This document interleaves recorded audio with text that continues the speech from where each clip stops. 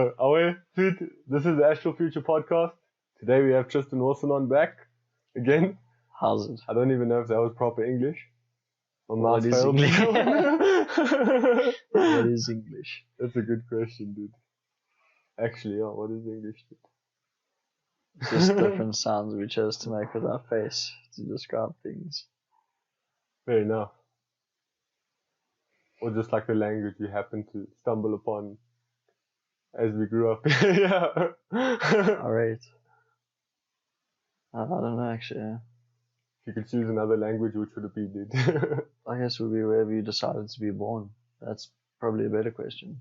Because wherever you were born would then dictate. Can't like just be like I'd want to be British. born in China but you only speak like French. The thing is, British is English, but I just want to be able to do ground, dude. Like, or have a British accent to do ground music, dude. British accent. Yeah, dude.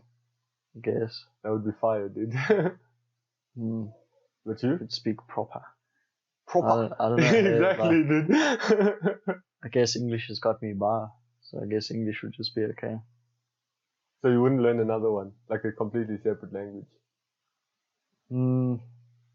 I guess if I could speak any language, I'd probably go for something like exotic, just to know how. But I mean, Spanish. yeah, it wouldn't really like serve a purpose. Dude, we're living in a world where English is the main trade language in the world. You don't really need anything else.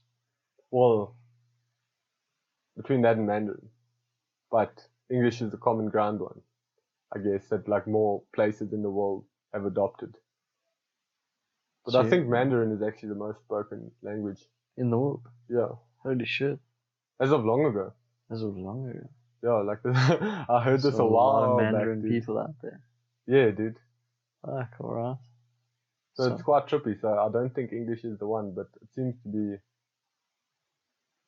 very widespread. Like we can communicate with anyone in the world with that, which is a huge advantage. Dude, imagine only speaking like Afrikaans. Yeah, you'd be screwed. You're just gonna sound like you're walking around angry at Hello. people. Like you're gonna be speaking Afrikaans. Yeah, Even though hello is in Afrikaans, Fuck, just the way they say it. yeah, just the way they say it. Shit, dude. But yeah, dude. Yeah. I don't know, there's weird languages out there, dude. Like, for me, I wanted to learn cuneiform at the time. It's quite sick. What the fuck is that? It's like Sumerian, dude. Sumerian. Yeah, it's like those notches. Like ancient Yeah, languages. dude. I wanted to like read the shit on stones and stuff, dude. So I was like, oh wait. I want to read this shit on stones. And then, yeah. I did it for a bit, but then I didn't get that far. And now, Hell yeah. because I haven't done it in like a year or two, I've pretty much forgotten everything. Fuck. Due to inconsistencies, dude. Like, I guess when I see them again, I could probably get some breadcrumbs to understand a little bit again. And then like start to regain consciousness about what that is. But then besides that, I'm like, I don't know. But that would be cool, dude. Yeah, I But guess also- to speak an ancient language would be pretty crazy. But also, like, with that, it confused me. Like, because when I actually looked into it, I was like, who's actually coming up with this shit? What if they don't just make it up on the Some spot? guy just sees a fucking hole in the wall and they're like, he means happy. They had a plague. Yeah. Yeah. Fuck, yeah, man, that's crazy. Yeah, fuck. Yeah, I wonder who was the first guy to go out there and just decide he was going to start translating things. Zachariah Sitchin. I wondered. It's Dude. not even a joke. I think it was that guy, dude. What, like translating shit? Yeah, Like he became like a because translator. I think he translated the Emerald Tablets. Yeah. But Oh, no, I'm like confused. translating in general, dude. Like imagine deciding. I'm confusing a little bit with something. It's called the Rosetta Stone, Oh yeah. with apparently 3 languages on it, which was where we apparently discovered how to speak Egyptian as well, because there was Latin or something on there as well. Yeah. So then from that they could be like, oh, okay, because it's saying that inscription in that language, this language in that one. So if you understand one of them, you can sort of understand what the other ones are trying to interpret, because it's the same sentence. But Maybe then, it was just is different it the people same writing. sentence? Yeah. Like, it could have been Oaks writing completely different things. It's like Someone wrote something. Yeah. I'm what gonna does the write tribe my have to thing too. say? Yeah. Like they all said the same thing. Oh, what's the chances of every? They always say one thing. Fuck yeah, that's broken actually now even more, dude. Now I'm confused. Yeah, that doesn't make sense to me, man. Yeah. I have a tough time describing to someone what I'm seeing, like, right then and there. Imagine having to write that down in stone, like, not even pen and paper. You gotta chisel, like, saw something a week ago. Imagine how much those oaks must have fucked up as well. Is that an M? Like, you know how we just go like, with scratch it. the paper or we just make one spelling mistake and you're like, oh, fuck this thing, and you throw it? Oh, yes. Imagine it was a whole rock and you just, like, clap that thing in half and it just breaks and you're like, bruh, I got, like, 3 pages in. Or, like, 5 paragraphs My in. essay. What the fuck? That's like the dog ate my homework, but my tablet split. Yeah. It's actually weird, dude. Do you think it's weird that people are reading on tablets now? But And we had tablets back in the day. It's just now they're completely different things altogether.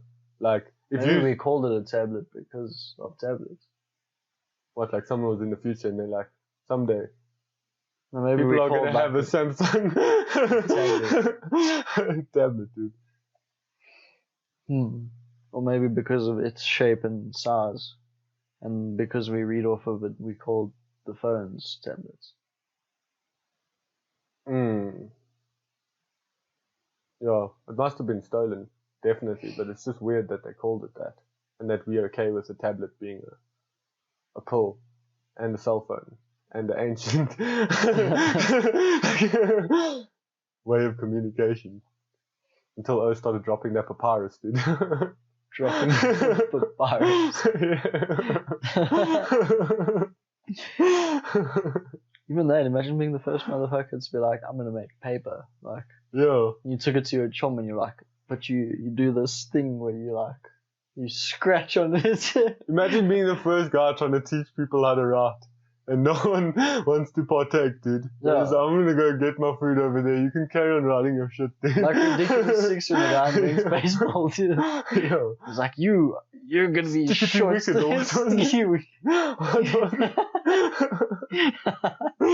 It's something like that, dude. But fuck, it's just so crazy. Yeah, dude. Some guy told us this is how it is, so now we believe it.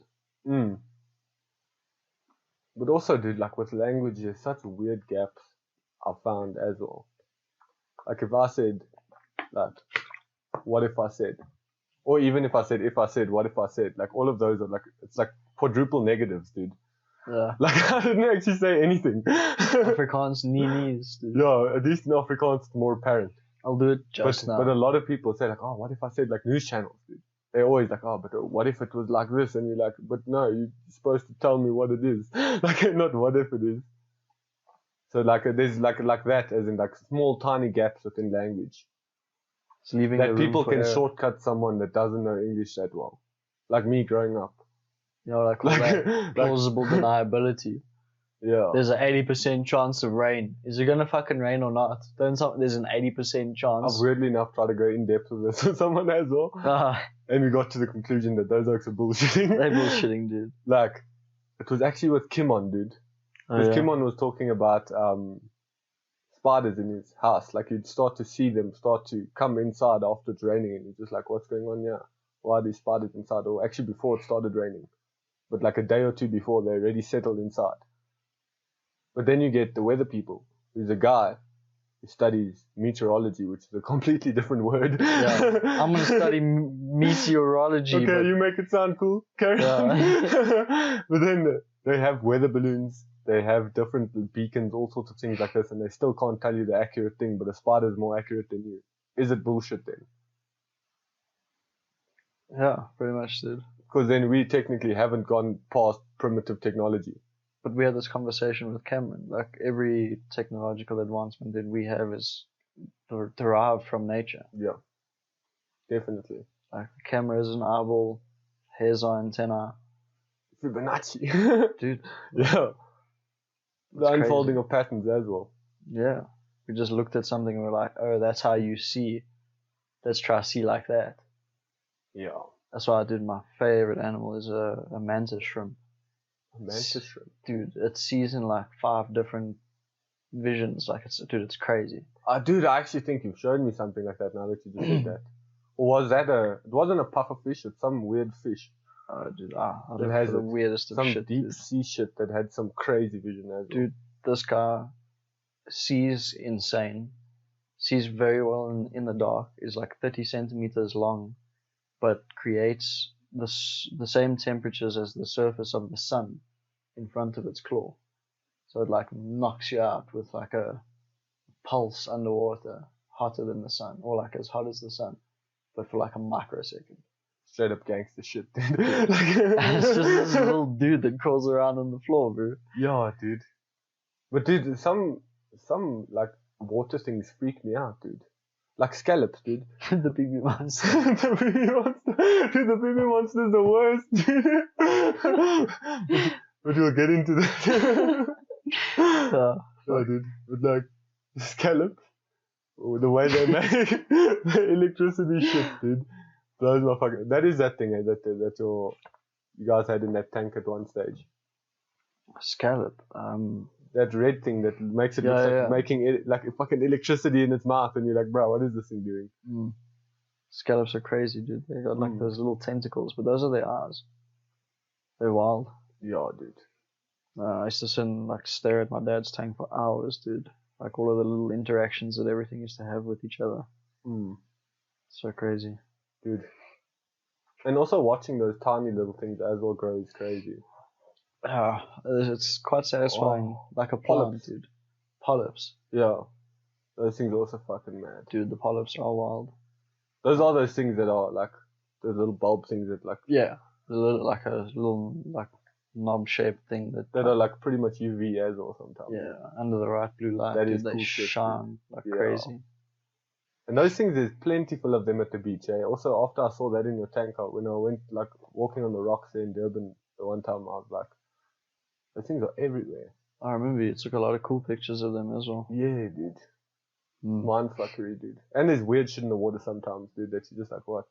Yeah, dude. The PB monster, there's weird shit in the water all the time, dude. I guess we have to talk about it. Yeah. What is the PP monster? Do you think Steve-O is afraid of the PP monster? Yes, you did. I think if you got a PB, you're afraid of the PB monster, dude. Yeah, dude. Like a river monster that catches you with your pants down, dude.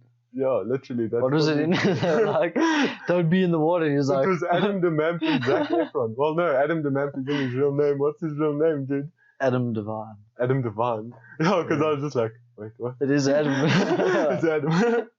But yeah, no, that because, like what?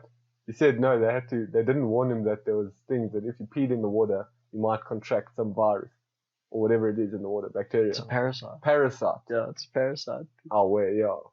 So yeah, after watching that, we started talking about the PP monster, and we realized how scary this thing is. It's a lot. Dark water is scary when you know something's after your genitals, dude. Yeah. Worst case scenario, you shit for a week and then you die, dude. Like it's crazy, dude. I don't know. That's the worst, dude. Like you're gonna get violated by that guy first, and that's wrong, dude. Yeah. I don't want that guy in my pants. That's no. The PP monster. The PP monster, dude. Fuck. Yeah, dude. But that's the thing is, like, there's a lot of, like, bodies of water that people aren't quite aware of these things. People also aren't scared, dude. Like, also, dude, once when we were at this one place, hiking, on one of the signs, they said Bulgaria. Oh, so dude. I was already like, some Dan Bulgarian shit, I don't know what that is. Nah, dude, that but was... then Oak started explaining. The hole in the ground. Oh, the gorge. Yeah, RV Gorge, dude. Yeah, I was there, dude. Those ladies that swam. They say that that's a possibility in the water. Dude, like, that's the thing is also, and then also when I was like, I want to go take a photo of the waterfall, but I have to be at that angle. And I'm just staring at this water and I'm like, fuck my life. You're contemplating walking through it and that lady was swimming in it, dude. Dude, but that's the thing is, and those people didn't give a fuck. Well, they didn't actually realize. Only on the way back, we were like, we told them. When we had a conversation with them, we were like, and they did not know. They didn't know. At all. Oblivious. I got out of my car and I started hiking. I didn't read the sign. There's us. Like, I wonder what birds there are. Oh, shit, don't touch the water. But I did end up walking through it anyway. Yeah, shit, dude. But that's the thing, is also there. I don't know what happened to those people afterwards. Like, but them just swimming in it then, I was like, oh, why not? Like, I can walk through that. But I only went like, Knee deep, dude. not even, dude. Ah, To the shin, dude. to the shin. Knee deep's too far, dude. Knee deep is too far. When you Yeah. knee deep, you all the way, dude. You knee deep, brother. Oh, shit. Dude, I wonder how that saying even evolved in Benoni, eh? It's Benoni, dude. My cousin and I used to have a joke that it would just be like a like little list that you'd keep in your pocket of all these things. Just you get like for the right occasion, you've got a term. You have to have your monthly meeting so you all know like what the new lingo is. Yeah, dude. Because there's new shit that picks up every day, dude. Yeah. Even now, I'm pretty sure I could not communicate in a general Benoni circle that has been exposed to a lot of Benoni. Dude, being exposed to like customers firsthand now, like speaking to someone that walks in off the street, you assume someone's like got like a pretty good intelligence level until they start talking to you and you're like suddenly it's like a fuck, like you gotta change the way you think just to try to hear what someone's You saying. have to dude, like, revert your brain into a whole other level, dude. and then you add like there's this fucking glass in the way, so now you're trying to hear it, dude. There's other dudes talking next to you and you're trying to understand what the fuck's going on, dude. Mm. It's crazy. Especially when it's something someone doesn't know how to explain. I'm looking for this thing, and you're like, buddy, like I've got 1,000 things. You're Yeah. gonna need to narrow that down. And Oaks don't know. Yeah, dude. And then it's just like my finger point. I'll show you if I see it. Fuck, man. It's like me going up to a car, dude. It's just, you're not going to get any answers. Dude. The region. The region. The region. It seems to be It's a regional problem. when I drive. Or something, like literally. Oh, shit. Like that's probably the most I can like try and interpret is sound. Because everything going inside there, like going on inside there, I have no clue. Okay, dude. So yeah. It's wild. But yeah, communication barriers in general are quite odd. See, that's where I think things like a super intelligence or like what did we say, the dingus in the head, Neuralink. Oh yeah. Like imagine being able to like communicate without having to be like like the whole like charades just to try and get your point across. Like I'm trying to best communicate.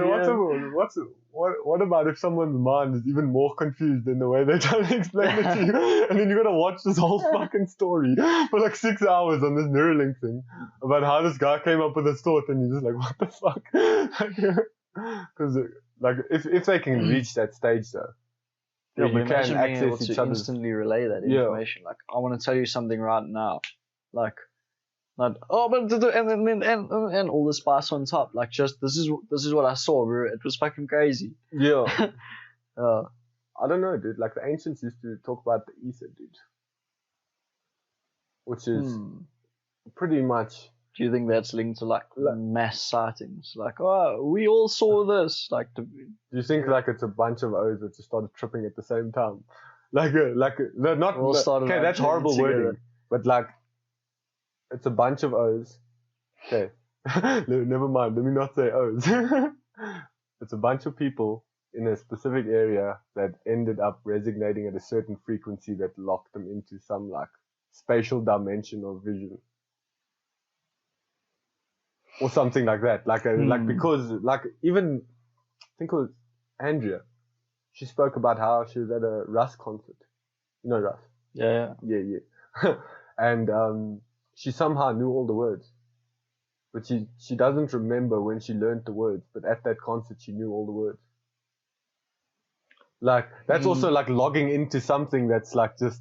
I guess there's also different. an argument there that it could be like subliminal. Like if George's played enough of it, if Notchki's played enough of it. Yeah, fair enough. At some point, it's like it have like some of the like, best I don't listen ads to the you've radio. ever watched. Like, I don't listen to the radio, but like sometimes when I hear the songs, I know what they are. Yeah. Which blows my mind as well. Like some songs I feel like I've never heard before, and I'm like, no, that's some shit off the radio. I've heard that before, but I don't think I've heard it before. But like, I don't know if it's like recognition of similar sounds or patterns or something like that I'm just thinking of like to be another song. It's possible, because then again, you're only remembering what you're remembering. There's no direct comparison. Yeah. You don't get to, like, with that little sound graph, match it up and be like, yep, same. Like, Yeah. you don't know, dude. It's just like, oh, okay, I've heard this. I know this, I've seen this, I've heard this. Have you seen it? Exactly, dude. So imagine, dude, imagine having, like, the blueprints to everything, to just be able to go like this. Like, I'm looking for that. Oh, okay, cool, I've got like 12 of those. It's a good thing you didn't ask for any of these. I don't have any of these. Cool. Oh no, shit, dude. Yeah, fuck, it'd be wild. No, I don't know. But I think it's useful for us to all have like varying. Like I wouldn't say education levels as an option, because education levels is I'd prefer a lot of people to be educated. Well, without indoctrination. Education without indoctrination. Let's see if that exists. But like in general, I think. Wait, fuck, what were we talking about? I just started thinking of indoctrination now. I'm like, oh, fuck. Education. Yeah. But what about it? Without indoctrination. Yeah, but before that. Communication. Oh, yeah. Oh, diversity within communication. Diversity. So, I think it would be nice if someone or how everyone could find a way to get people a lot more educated in some sense of just general navigation of reality, and then still somewhat keep their diversity and culture, because I think it's very useful for people to be introduced to new ideas, concepts, and things like that, or even go experience someone else's and come back and be like, wow, that was fucking cool. Like, you don't have to convert to these things and suddenly be like, I'm gonna go be a Zulu because I went past the Zulu lands once. So to gain a universal understanding, but maintaining cultural diversity. It would be very difficult, dude, because to have like a central form of understanding, you'd have to abolish any. Like, how would you be open to understanding someone else's way of life without giving up the fact that yours isn't the only way? Like, how you were brought up your whole life isn't the only way, nor the right way. There's so many others. Yeah. Yeah, fuck. Some people hold culture to identity, dude. That's a big problem. Like, I'm more this thing than I am me, so that's why I'd fight for that thing than myself. Yeah. That's the thing, is that, like, it should be an individual experiencing or taking part in that thing, maybe, not becoming it. Or maybe, but I guess that is part of some of the cultures. So I don't even know. To experience and not be. Because, like, Buddhism is something like that, which is like, it's a very experiential culture compared to like a theory-based one. Like, let's say Hinduism, which has like all of those Veda books, which is, I think it's them, like plenty of books, dude, plenty. But like, obviously Buddhism also has plenty of books, but it's less strict. No, it's not like a rule to life manual. It's more of a just be awake. Yeah, and this is how things work as far as our ancestors said. You can take a look at this, but the rules are pretty much, you can exist like this, but existing is existing. Like, I think by a lot of people that are like hippie people and shit like that, because it is like a very somewhat open religion, yeah. There is no real parameters. Like, you can be a hardcore Buddhist, but you don't have to, just like any other religion or anything like that. Like, it's not interchangeable or something like that. It's not set in stone. Yes. It is it's one that leaves room for like self-comfort. Like, there aren't any strict parameters that keep you bound to some kind of specific way of living your life. Like, you can still explore more. You're not like stuck in a rut. You can still go beyond and see what's there and chill out and do this, do that. Yeah. Much like the or you can go be a monk. Rumspringa, dude. Yeah, Rumspringa. You just get to like fucking go experience everything and then decide if you want to come back. Yeah. Oh, shit. Imagine that kind of decision, dude. Like, you live like a Mormon style lifestyle kind of deal, They let you go into the 21st century. You get to experience everything, and then you must decide, what do you want to do? I think a lot of people will, like, I don't know, there's plenty of options with that one. Like, some people will go back to the Amish community out of fear. Some will stay Fear of the unknown. in the city because they're like, what the fuck is going on here? Like, compared to at home. And other people will be like, okay, I see why we live like this. These oaks are idiots. Like, I guess. because it is one of, like, as much as Amish is weird, like, the problem is, like, some of the cultural things within that as well, I guess, in my opinion. But as far as the way of living and with the land, it's not one of the worst cultures to have out there. To choose to respect yourself in a world without technology, or like exist in a world without hardcore technology, which is quite crazy, especially in the 21st century, to try exist in a space like that. It fits my bill of having gone too far, like they at that perfect niche point of like sustainability. They haven't pushed the boundaries of technology, but they're getting by quite comfortably. Like with decent hard work, you can get a lot done. Yeah. Like you don't need a crap ton of stuff to get everything sorted in your life, dude. Yeah, a lot of things are sales pitches nowadays. They're not actually as useful as they may seem. You don't need a Mackie D's burger if you can turn soil. Yeah. Such a weird thing, man. But then also that, like, this can go into a little bit of like the different ways that people could live if it was somewhat allowed to be off-grid. Because I don't believe you can go off-grid in current society. That's why I say fuck the system.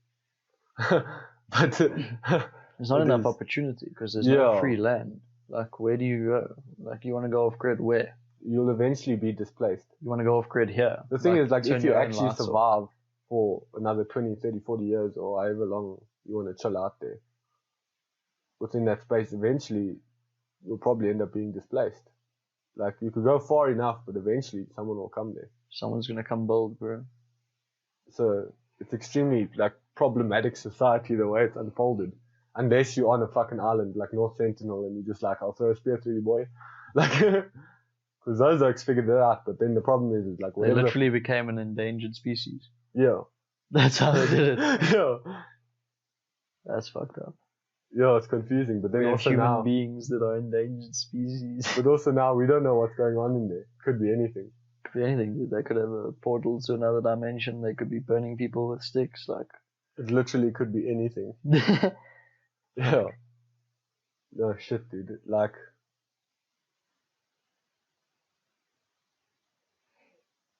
but also, if I could, I would, bro. I'd go and stay out in the wild. I think I could quite easily do it, but like you said, to what avail? Yeah, that's the thing is, I'd love to do it as well, but like the problem is there's some issues on this side before I can go take part in anything like that. Like, it's a very... And we're back. Yeah, I gotta turn it off real quick. But yeah, we've spoken about this many times, dude, as well, just how we fucked up by going how far we've been, and primitive is a better option than current. Yeah, man. Like, literally. Like, I think if we were we've looked at it on so many levels. Like a buffer zone. Yeah. Like, we don't have this kind of education just freely. Like we said, I wish everyone could just be educated. It's not even that. Like, you don't need to be like an IT professor to be educated. Yeah. Like, if we taught kids... That's somewhat a profession. Yeah, that's a profession. That's a skill that you acquire to get a certain paycheck because other people can't do that. But imagine doing something everyone could do, grow food. But not everyone knows how to do it because it's just not general or common knowledge anymore. Yeah, even in biology, they don't teach it to you, dude, or geography. We did both, and we didn't really learn how to do that. You could learn theory about... You learn why it grew, but they don't tell you, like, this is how to grow crops. This is how to rotate fields. This is a healthy way to make sure that you're sustaining the land you're growing food off of, that you're not just stripping it of nutrients. You know, there's processes that you would need to go through. There's a weird like argument that exists about things not shitting on our lawns and Yeah. they soil, like the But I mean, soil it's- will degrade. It's not even a lawn Later on. anymore. Like it's No, a but that's the lawn thing 'cause we is, put it like, down. Yeah, but I mean, like, let's say there's a field, and cows or whatever animal used to come, shit on it, die on it, live on it. Like, there used to be a whole process with that land. No, And they it's say, not. like, in our general houses, if we don't actually look after our land, there's a high chance that in 10 years it's going to be a desert. Like, or not maybe 10, but in the future it'll become a desert because it doesn't have any solid structure to it left, or like composition even. Yeah, straight up, man. I mean, there's a lot of stuff, like you said, that's not actively involved in it. Like, there's no more nutrient breakdown in a carcass falling dead on the floor. I mean, that attracts worms, that attracts birds, that attracts animals. All of that defecates, dude. Something's gonna walk away from there and take a fat dump, either real close or on the way too. Like, there's a whole ecosystem that arises just from something falling on the floor dead. Now we've cut off migratory patterns. We've put a road through the forest. It was never the deer in the road. It was the road through the forest. Yeah. It's crazy. Indoctrination. Indoctrination. That's a very different way of thinking about that as well, yeah. Yeah. Like, it was convenient. We put a road up to get from point A to point B, but that was for us. Yeah. Oh no. Cost of convenience. But I dig, like, I see overseas in, like, Europe and shit, they've got those animal bridges where it's, like, not necessarily discreet, but ways that they've gone about keeping migratory patterns, like large land bridges or I would massive say, tunnels. like, most animals will try dodge Avoid the the highway roads, altogether. Yeah. But I guess because they put that there, it's probably because animals were getting hit, so they were trying to get across. Dude, watch this series on Netflix. It's called A Night on Earth. Yeah. Crazy, dude. I think you've told me to watch that before. Dude, I haven't yet. There was a part about elephants, how they fucking, like, silently stroll through this populated town, dude, because it literally cuts off their migratory route. Dude, these things, like, cruise through a town, like a busy street and shit. Like, they'll wait across the road, fucking waiting. Nighttime, through the town, dude. Hey. But then that's also a high level of intelligence, dude. Yeah, okay, but that is an intelligent. Because cunningness is probably intelligence. I guess, man. Because, well, not intelligence, I guess, but it's awareness. Like, people think that a lot of animals aren't aware of the other things going around them. But if you can be aware that, okay, someone might walk there, you're doing complex calculations. You're starting to think of things outside of yourself. I guess, but it's also the confrontation factor. I mean, you've got something that used to walk across these plains for how long? And now in like 20 years, this little town's popped up. That thing's been walking it for hundreds of years, bro. Now it stops there. There's this town in its way. It's probably a lot to take in.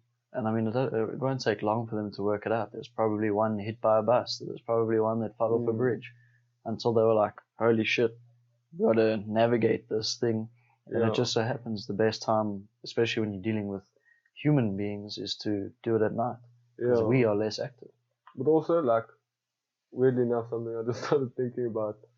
Do you think any animals would want a Rumspringa, dude? And we just don't consider them as beings because, let's say, like Amish, as weird as it is, it's still human. But what if an animal... As weird as it is, still human. No, but that's the thing, is if an animal leaves nature and comes into a town, will we welcome it in the town, take it to the jaw? Like, do you think they ever think that? Like, they're chilling and they're like, oh, I want to go check out what's happening. Like, you get some rogue deer that's like, I want to go chill with the peeps in the city, dude. Dude, a lot of animals do benefit from people life, because when around a city, think about it as the light's never going off. So if you're like a small insect or something, or a small mammal, and you hunt by light, imagine the lights don't turn off. It's an all-out hunting spree, dude, because now the light's always on. There's nowhere for anything to hide. Fair enough.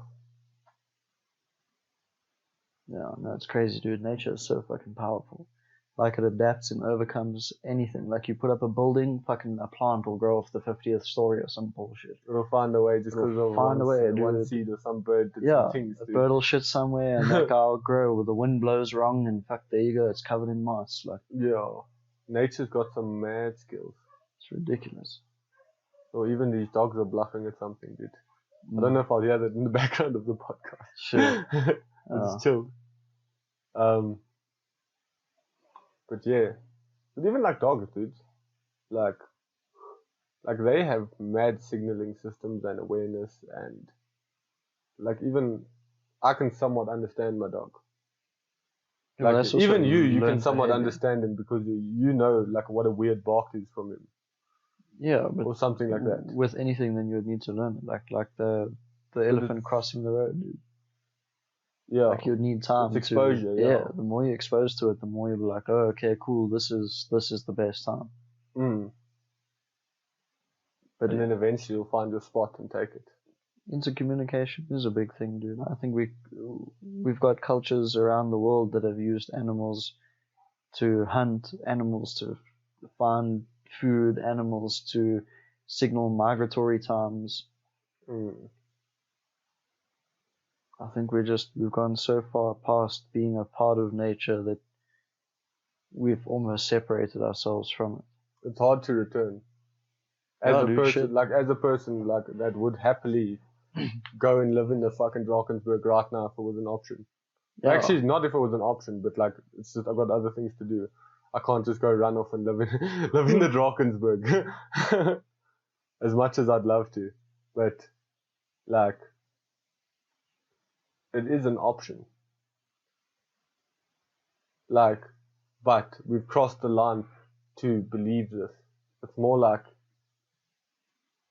it could even be trends. That's an issue. Well, straight up, dude. Because like if you don't have the new kitchen or the new tiles or the new fucking bullshit on your house or this or that or like you don't have the Lambo. You keep on trying to keep up with shit that is essentially unnecessary. It's like some kind of unobtainable lifestyle. It's just outside of your reach, and for those that every single time, it depends which bracket you're in. Dude. Yeah, if you're in bracket B, you're still not in bracket A. Yeah.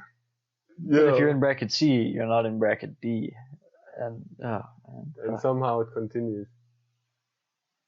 I don't understand though, like how it continues, but I guess it's just the lack of another option. Like we've spoken about Mars Earth, dude. What do you tell those people once they get to Mars?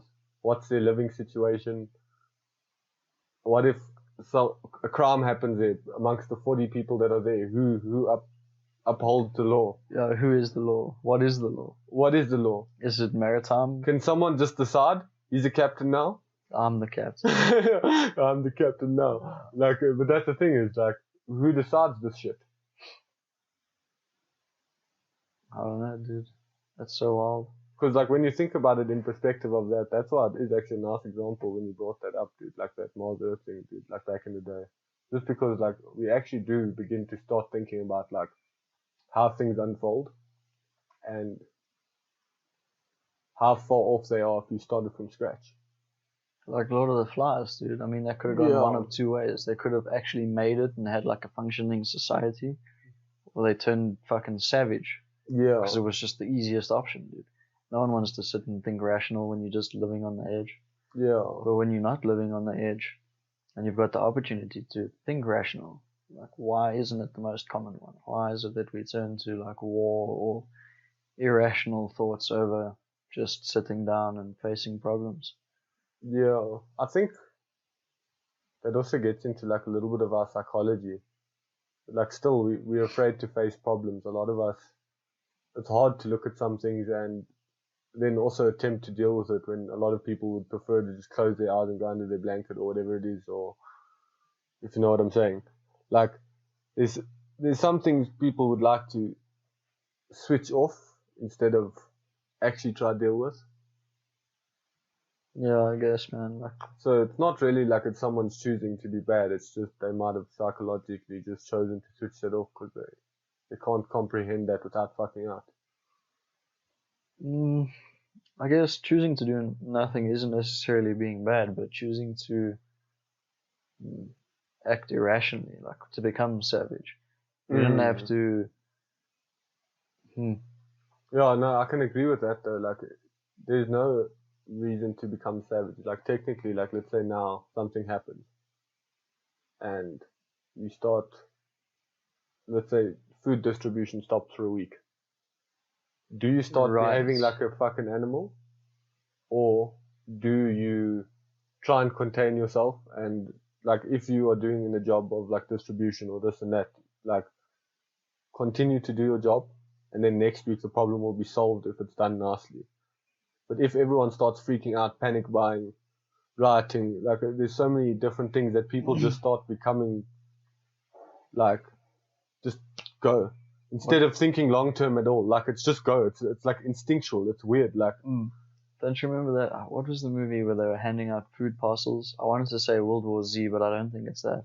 They were handing out like food parcels and they ran out. The military was like, sorry, we don't have enough.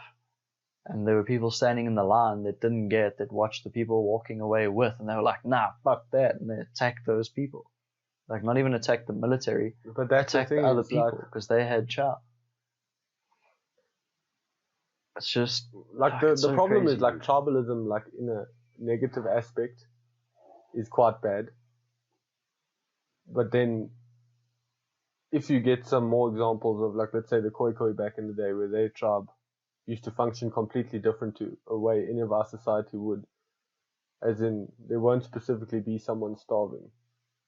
They'll either share it or, well, the someone starving will probably just shun from the tribe.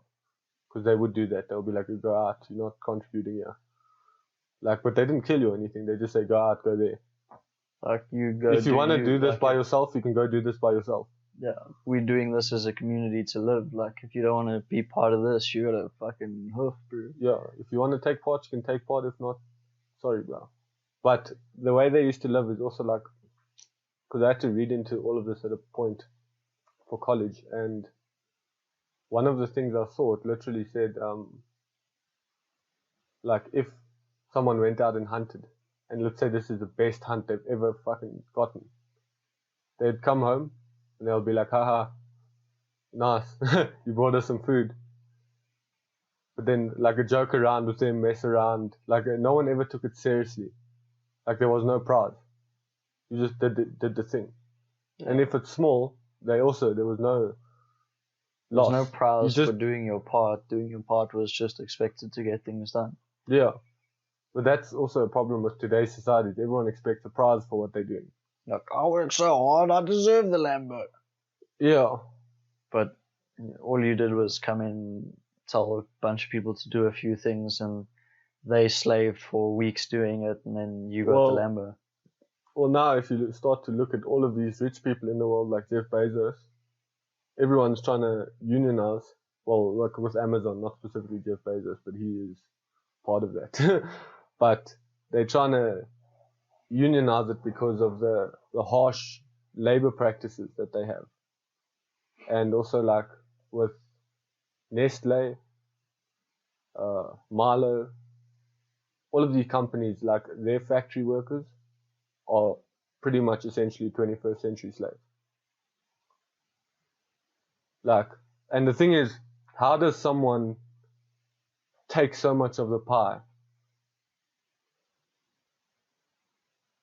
in today's society? Like, how does it, like, why, how can someone take so much power while someone else isn't getting power? Like, Jeff Bezos is playing games in space, but his employees can't even pay their bills. Like, that's fucked up. Like, how is that a part of society? There's no self-made millionaires, bro, or what, billionaires. Yeah, well, that money's coming from somewhere. It's coming from someone. Yeah, and someone's putting in the graft for that money to arrive, and they're probably not getting paid anywhere near what the top guy is. Of course not. The thing is, like, I understand why some things work. There is certain structure within places that works. Like some people, like this guy is, let's say, the superior. So this guy knows what's going on amongst all of the other superiors. And then these next guys are the front line who will deal with, let's say, the staff or whatever. And then they know what all the staff are thinking. So it does work well for, like, sort of organizing groups and to have somewhat efficient communication upon those groups. But the problem is, if you put a twat into that job of communication between, let's say, the boss and the employees, and it's a twat, you've completely removed that role and removed the voice of the employee now. So it's problematic if you don't find the right person for that role. And sadly, it doesn't Yeah. often exist. Yeah, again, dude, but like I see through that, even if someone is my superior, they're still a person, they still have They're human, yeah. a kid, a car, a house. But that's whatever, the thing dude. is, are they your superior because they are qualified to do that job and can do the job? Or are they just some guy who's trying to claim control over someone? Like, there's a very different explanation of both, or how they would even exist. One guy is just doing his thing to try to do his thing and then this and that. And another guy is actually trying to contribute to the team and move the team forward. Like, there is, as much as they might have their family things at home, each of them, it's still their personal choice, or not always personal choice. Some people have some problems that as soon as they get some things or positions, they abuse it. But not choosing to try control that when you've been given that position. Also, so stepping down and being like, I can't be this guy. I'm a power hungry fuck. Like, like narcissists are normally the last to know. Yeah. That's the thing. If it's you, it's not you until it's you. Like, you don't know that you're being the dick. It's not affecting you. And these people are also feeling pressure from above. I mean, there's some other corporate fuck telling him what to do on his case, that he doesn't have the house or the kids to worry about. He just wants a bigger yacht. So if he gives you some shit, he gets his bigger yacht. And if you give your Okies some shit, you get to send your kid to a private school. And if that Okie hustles his shit and works 7 days a week like a fucking slave, his kid gets a meal. Like, it's a very different distribution of how these things work. It's just so fucked up, man. Like, I watched people that were masters in their field that were so in debt that they didn't know how they were gonna feed or home their kids. And these are professional, well-trained individuals. Dude, like, the next step from there is engineering. Like, you are incredibly intelligent in your field, but you get paid little to nothing, or the environment that you're in has you so indebted to helping the company that it doesn't matter that you're living a shit life, because the company's needs always matter, but at the end of the day, you're the one that's suffering. You get home, you feel like shit, you've worked your ass off, you've made so little money that there isn't room for any kind of like leisure. You don't get to relax. You're always in this constant state of stress and worry or angst. Like, you don't know what the fuck's going to happen next. You don't have enough capital to be able to sit back and go, oh, okay, well, I don't have to worry about that for a few weeks because it's not my shit. As it comes up, it's an immediate problem. Yeah. There is no thought process time. It's literally like right now, DEFCON 5. Like, shit's got to happen right now. Yeah, man. I mean, that's where you get unfavorable environments where you have employees working against each other. So it's not even like a move to progress for the greater good. You've turned it into a situation of fight or flight, to the point that people are fighting each other to survive. And their competitiveness, while it might look good in numbers, is not healthy at all in an environment. Exactly. And the best part is they don't have your competitiveness aimed at stealing the position of your superior. Like, if it was measured on a scale of, you do so well, now you qualified to be the superior, now your superior's got to step down and go back into the workshop. Superior's sitting there putting you in a tank and then watching how you behave. Exactly. Like, they pretty much put you all in a row, and you guys have to fight for a piece of the pie, and he's kept the whole rest of the pie for himself. Meantime, his boss has got the bakery. Like, it's just it's that classic donkey. And the problem is like, and the more you look into it, the higher up you go, people are normally incompetent.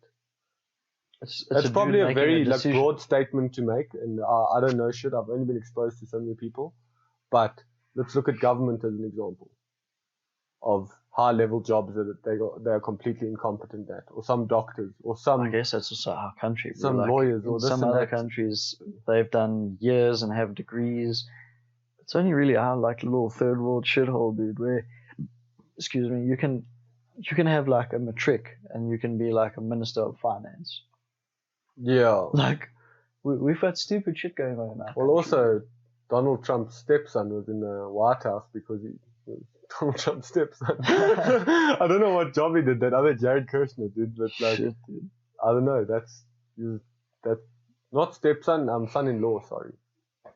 But like still, like, there's still corruption like everywhere though. Like the thing is, yeah, we just have very bad actors. So we get to see it and we're like, this is a shit show. But in America, they're a lot better at pretending. Their puppet shows are better. Like, how many people do you think are actors in those jobs? That show up, do their little role, and then they walk away. Dude, imagine being told Actors. your work is you've got to be on camera for 10 minutes every like month. That's it. Sold.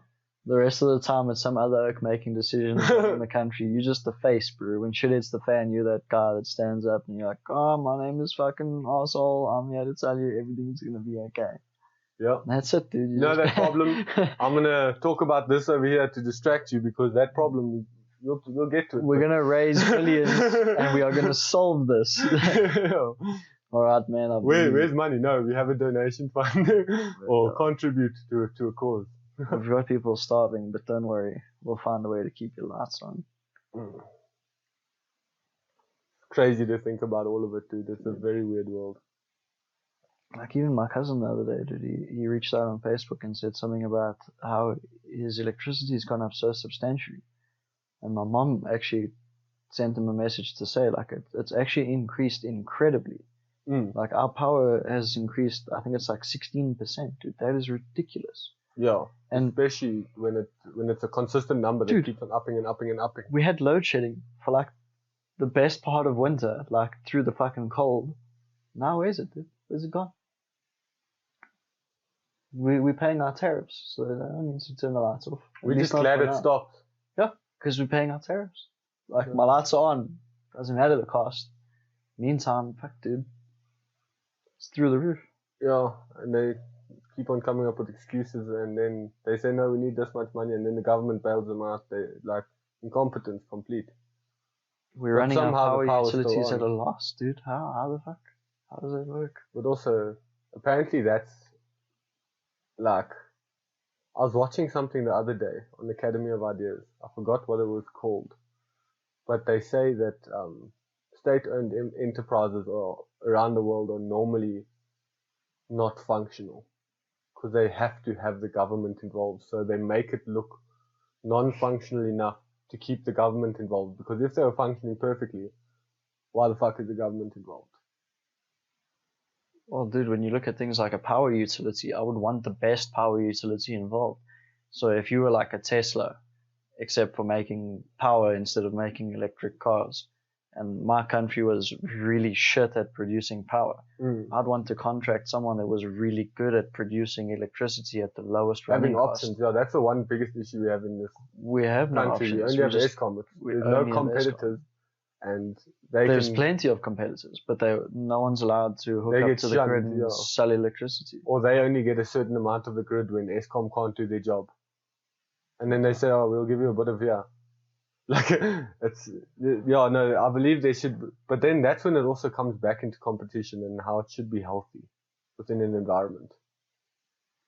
Like politicians, fucking, like anything, it should just be healthy.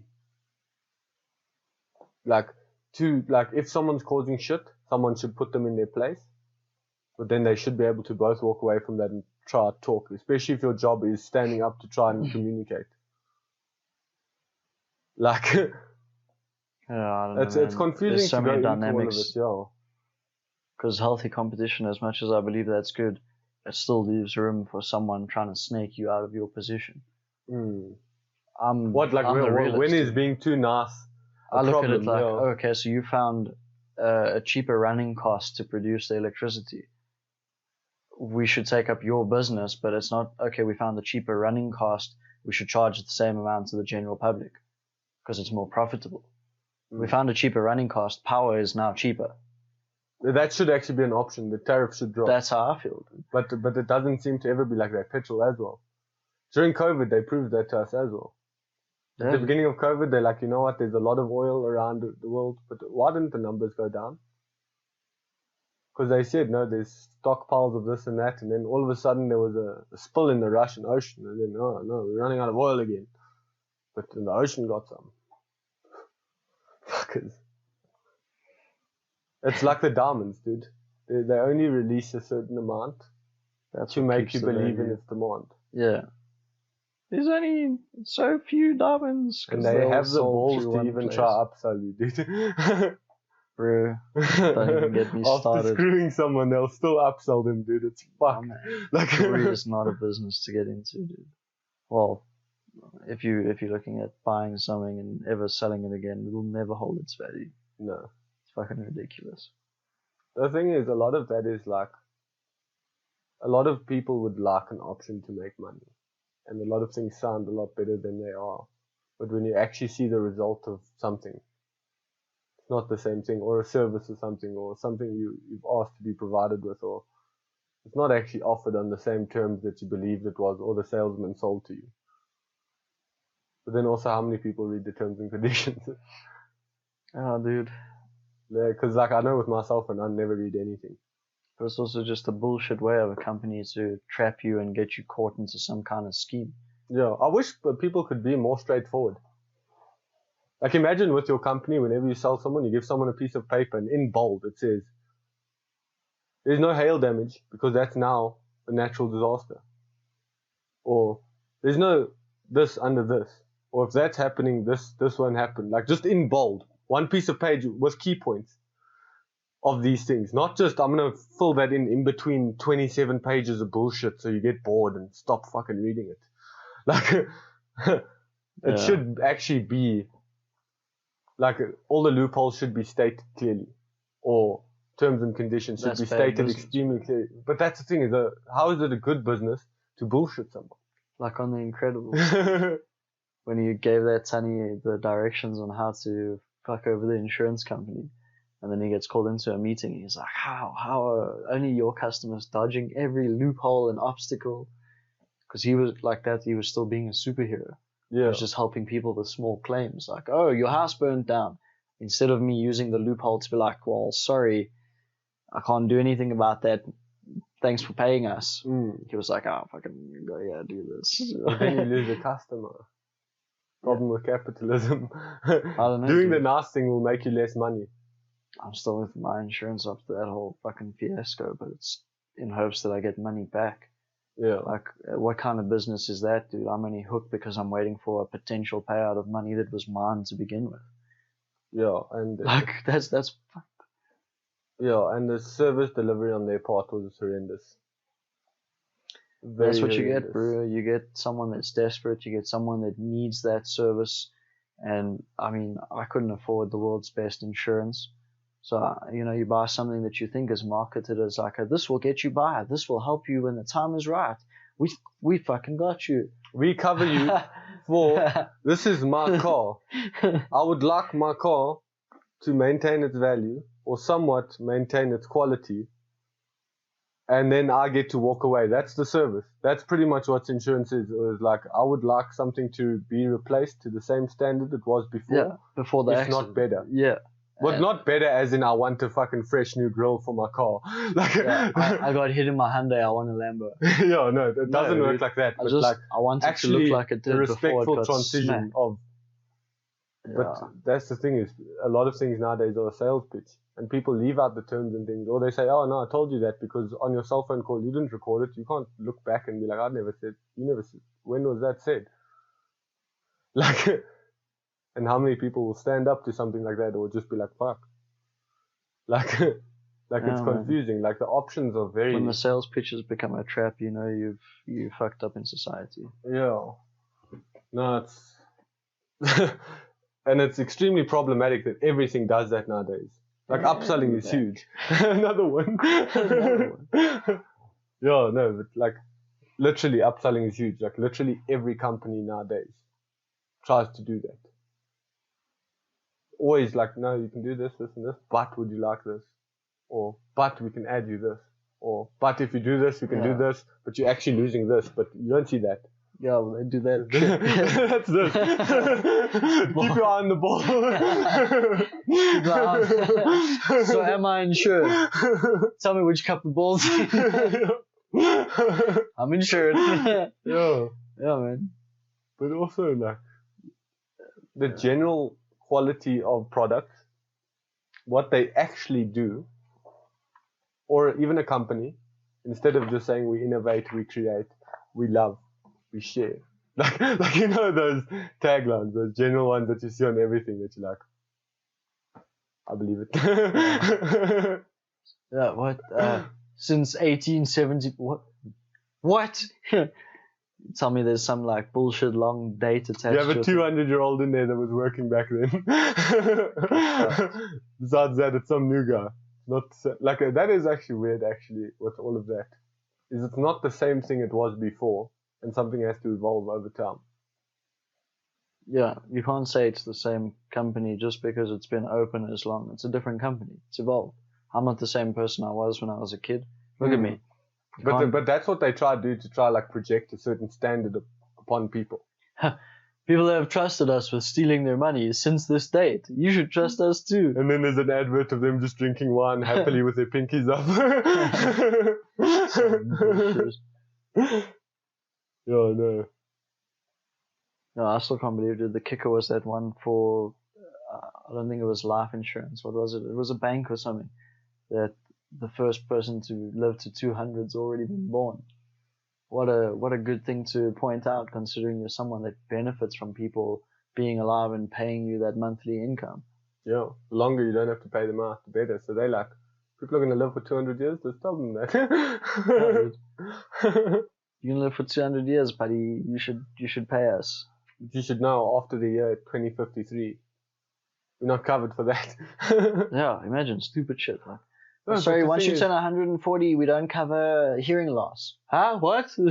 Well, that's the general age of hearing loss. It's expected. Yeah. Oh, fuck, imagine. Yeah. There'll be so many loopholes and. That is the entire problem with the system. Like, I wish. Okay, I'm not religious, so this is a weird argument. But I wish something would exist that people could somewhat attempt to uphold, like the 10 Commandments. Instead of, thou shalt not murder on a Tuesday if you're a politician and you know how to hide evidence and bribe cops. Like not just a giant loophole system where certain people in certain positions can completely backdoor the whole situation, or their lawyer knows a certain clause from this verse, this, back in this, that got this guy away with it. And unless you can afford a lawyer like that, you're screwed. Yeah. So the amount of loopholes in the system have to go. And even that, if you need loopholes to get someone that's even like innocent out, imagine the amount of loopholes there are for people that are guilty. Yeah. And people get away with it because of how good their lawyer is. Dude. Stupid things. Like,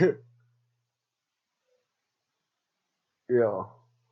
But that's also where anarchy comes in, bro. You can't tell everyone what to do. You can't be that voice of reason, even though it's like a voice of reason, and be like, this is what you should do to be a better society. But you don't know better than anyone else. Because you'll get that guy that's like, nah, fuck you, dude. I know what's best. I don't need you to tell me. Yeah. Dude, I feel like that a lot. Like, I don't need someone to tell me how to live my life. Like, I'm quite content. The problem is like, control will never work. If you try to control someone, they're gonna eventually rebel, or you're pressing them. It's not working. Yeah, control without force never works. Control with force leads to oppression. Control doesn't work. You can't take control of someone. The best option is to try educate them and not indoctrinate them or bullshit them. Yeah. The best option is to actually have somewhat educated people within your community that know a little bit about a little bit. Because if you can't think about the repercussions of something, you won't even know what you're doing it, and then suddenly the system will catch you for that. But within your world that you existed in, you didn't know that wasn't off this. Like certain financial crimes and things like that. For some lathi starting a business, they won't know. You're evading taxes. I don't know. I had to pay the government money for trying to make myself some. Yeah. Like, there's just weird things involved that if you're not aware of them, suddenly, and some places in the world, they are brought up different. There's obviously like some crimes that we can all agree upon, but like, is there? Like, we'd say killing someone is wrong, but are war crimes okay? And some people are okay with that, which is extremely fucked up because they're looking at it face value or like patriotic value. I had a brother in Iraq. Literally. Like, and then the thing is,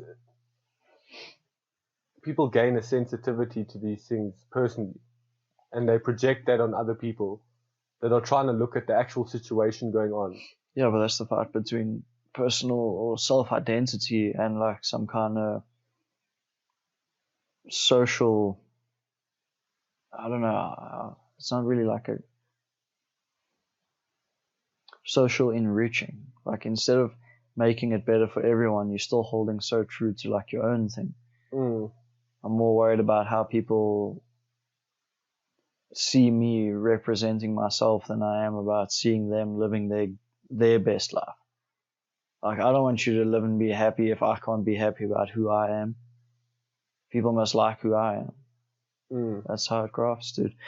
Patriotism is, I don't know, dude. Like, I'm not even patriotic towards sports. Like, sports are cool, but now just because you come from a different place, we must do the same sport and see whose place is good at that sport. And pretend to be friends. When you get someone like in the Olympics who won't shake another guy's hand because their country is currently committing crimes against the other country. Like, and how these oaks have to fight in a ring or something. Like, it's confusing. Because some oaks are like, I don't agree with that. And then you've got to put them in a room together and pretend that they're friends in between all of that, while and not trying to solve these any are just problems. Two individuals. So because you feel so strongly about it, I'm not going to shake your hand. But you're a dude that's never been exposed to that. You could have been brought up in a different country altogether. That is also the weirder by part. Association. Is people generalizing. Like my experience with Nigerians. People can jump to whatever conclusion that they like, but I've met some nice people.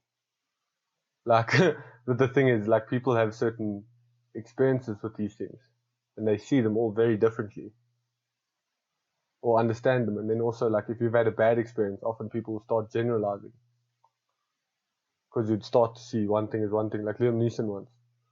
Like, you start suddenly focusing on one thing because it's the best information you have on that thing, but it obviously doesn't actually translate into the environment around you. It's just the trigger that got hit. And then suddenly you've latched a whole group of people into one group. How much longer do you think people talk about good things that people do to them versus how much longer they talk about bad things happening? Like, someone let me in the line the other day, or someone did this good deed for me. You might tell a couple of people, but like, and maybe once max. When there's like a negative connotation, it's like, trying to be fuck this. I'm gonna tell everyone, like, fuck that guy. This is what he did to me. Yeah. So it gets reiterated more. The negative, it lingers for so much longer. In its own echo chamber, yeah. Yeah, dude. I mean, here we are having people worried about oppression in a country that's essentially free. Like, if you were born 25 years ago, my dude, you're a free person. You've never known slavery. You've never known true struggle. Well, it's dependent. You could have just grown up in a very rough place within this place but as that's well. not slavery, dude. A rough place and slavery are two different things. Like, you can be born under a bad circumstance or predicament, but to say that you're oppressed, dude, we don't have oppression in our country. We just have a lack of power distribution. There's the wrong people in the wrong places making the wrong decisions. I'd say currently we have oppression. Like, COVID is oppression. Yeah, okay, but that's like a worldwide thing. That's like a blanket statement. Kind of everyone gets oppressed at once. Yeah. You can't complain. Yeah. You think you know oppression? Everyone's got it. Like the Oprah of oppression. Yeah, no. But nowadays, sadly, this is definitely modes of oppression. Getting people, like, let's just put all of the other information aside and just talk about people interacting with it. Like, just simply, I can't have a conversation about something now because I might offend someone and their personal views. Or someone's had an experience that might have hit them very harshly, and now I can't discuss things happening around the topic because you take it personally. And then the thing is, when something like COVID comes out, COVID has now become a general discussion of everything. Do you think the riots and the strikes throughout the last 2 years have been more than just Black Lives Matter or Antifa or this or that, or or countries or this or that. There's people fucking fighting against oppression. And then they won't say it's that. Never. They'll call some random club underneath there and they'll be like, who's those guys? Like, yeah. These are the neo-Nazis. They're the reasons why all this shit's happening. And also, it's like, COVID has caused the snitching on your neighbor situation. Yeah, I'm not having a party, but my neighbor is. I can call the coppers. Dial up the cops. And this guy's just trying to live his life chilling with his two friends. Or someone that's maybe having a mental breakdown that needed someone. Or, like we were talking about earlier, about the, as well with these mandates and like restrictions. What happens if at 10:30 there's an emergency and you've got to go somewhere? And now suddenly it's locked down. Yeah, I don't stay at my mom's house and my mom calls me because she's fallen or something. What do? Do you not go outside because you might get arrested? Law. And we've proved that they will arrest them. They've proved that they'll arrest people. Yeah, dude, but so it's so crazy, man. As far as it all goes, it looks like oppression to me. Yeah, but that's because they also like limiting people's voices within these spaces as well, which is pretty much what they do as well. When you censor fake news, you're essentially censoring anything that you don't want to have echoed.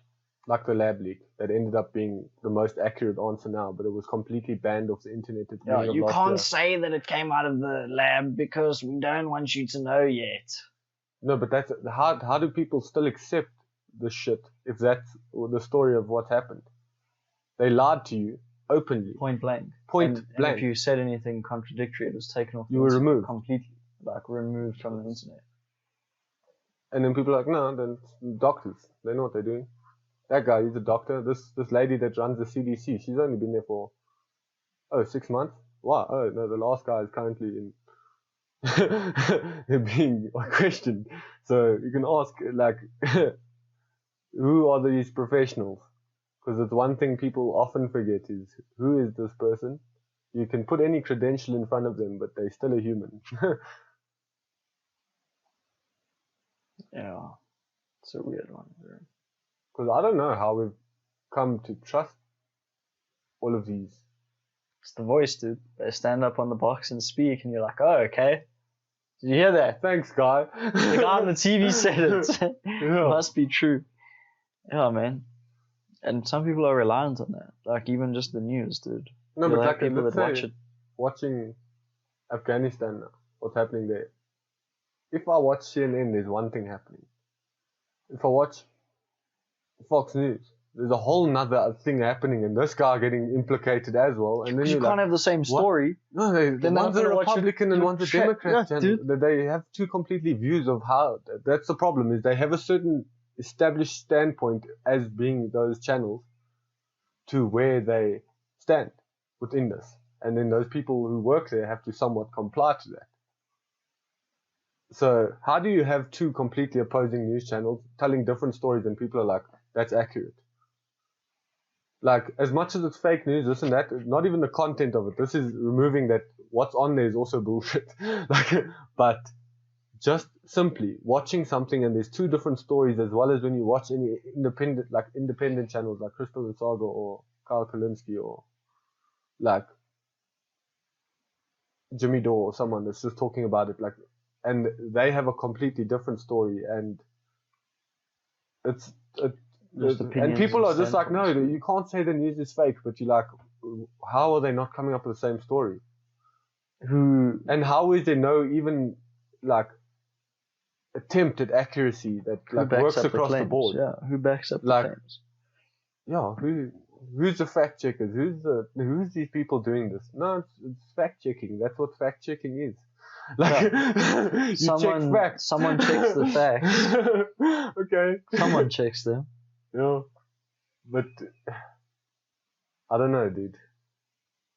It's a shit show no one signed up for and no one knows how to deal with.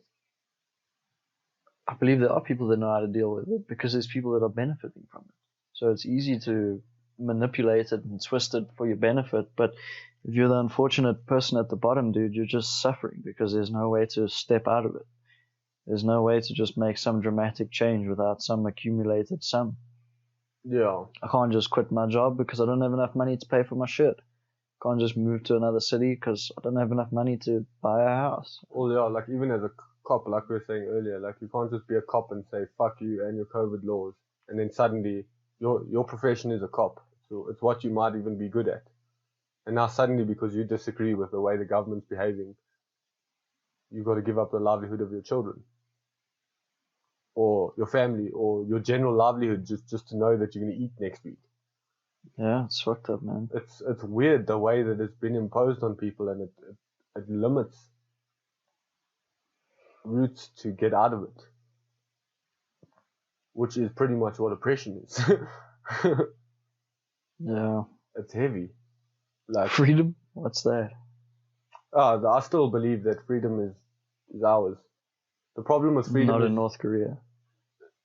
the problem is we believe that someone has to give us freedom. If you never taught freedom, you don't know what it is. That's scary, yeah. That's what it is. That's Dude. scary. If But- you don't tell someone that they have a free thought, that you can do something for yourself, Yeah. you will never know that you can. Freedom is you don't have to comply, you don't have to take part, but just understand that you still have to be there with the team. Like, You gotta be coy, dude. yeah. But I believe freedom completely exists. The biggest problem with people is we believe it has to be given by someone. Yeah, well, I think some people How also does that think even that work? freedom comes Someone's with, like, oh, you have freedom? What do you mean I have it's freedom? supposed to come with some sort of attachment. Like, where's my house? I'm free now. Why is my car not paid off? I Well, don't freedom doesn't mean you suddenly have a surplus of things. Yeah. Freedom means you can go out and do anything. Like I have the freedom to go into Drakensberg right now and disappear. Whatever happens beyond that is anything that happens. Let's say I get locked up for not having identification in the year 2040. When they changed to this new ID system that was this bullshit and this bullshit. Dude, And I was suddenly told I'm I just must some change illegal. to the new ID and I haven't. I don't have a new ID card. I only have my driver's license. It's still valid, but it's going to be like the old South African gun licenses, dude. I've got this license. That's my identification. But when my license expires, then what? Then I need another license, but then they're going to say, oh, but I'm now your suddenly ID illegal in isn't- the country. dude, that's what's so crazy. You can become so an that's the illegal. thing is, like, you have the complete freedom, as in I'm a completely free individual within that space to whatever repercussions that happen. But why are there repercussions, dude? Why must Because there? other people still live their life. You can't live your life without other people living their lives. It's Yeah, still people living their lives, whether you agree with it or not. It is what it is. yeah, but dude, like Like- the curfew thing. Other people are living their lives. It is what it is, but it affects everyone's life. I think it's fucked. They just impose a law like you. We're you'll so all powerful, Be, we have the ability to affect each other. oh, dude. Yeah. And we're just naive enough to defend the people that are oppressing us. Yeah. Because it's hard to look at these things. Because people don't want the entire structure of reality broken or have a plan if such a thing breaks. I don't want my kid to be a farmer for the rest of his life. That's ridiculous. Yeah. There's farmers out in fucking Krugersdorp making millions. Yeah. And it's not even that. It's not even with Well, like, it depends the where you money are on the attached to farm. it. If you're a picker or a farmer. Yeah, there you go as well, dude. Because But then there's a huge wealth. what about if you're just inconsistency in on the between farm? that. Well, What if nowadays, you're just farming? well, yeah, that's the thing is like, is it a big run farm with a whole bunch of employees and people here or illegals or this or that running whatever, like functional business or non-functional business? You could also just be farming for yourself. Imagine or it your was just family. functional. Dude. Yeah. Imagine it was just a functioning farm. It wasn't for like some monetary gain. It was just a farm that was good at growing food. That's the confusing part as well with a lot of things nowadays. A lot of people say like, oh, what happens if you do this or if you take away this or that? And you're like, okay, but like, thing is like, shit is somewhat functional now. It's just broken. But we have proven that we can distribute things, that we can farm, that we can do this. Why does, like we were saying earlier, why does like that 1 week in between people panic buying and then keeping going? Why does something have to happen and people start to go crazy? Why not just try to keep yourself contained and contribute in that way? And you will contribute to the better flowing of things. Because you'll always have that guy that says, fuck you, I'm going to do me, dude. Yeah. Screw your rules. I'm Right. gonna go panic buy.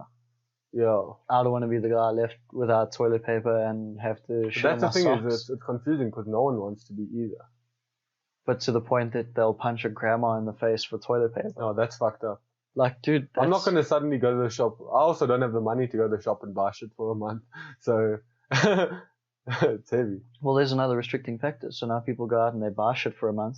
What about the people that can't buy shit for a month? And, And the now there's problem no is, shit for longer than a month because they've bought them out. the problem is also like, let's say me as a vegetarian, I have to look at shelf life.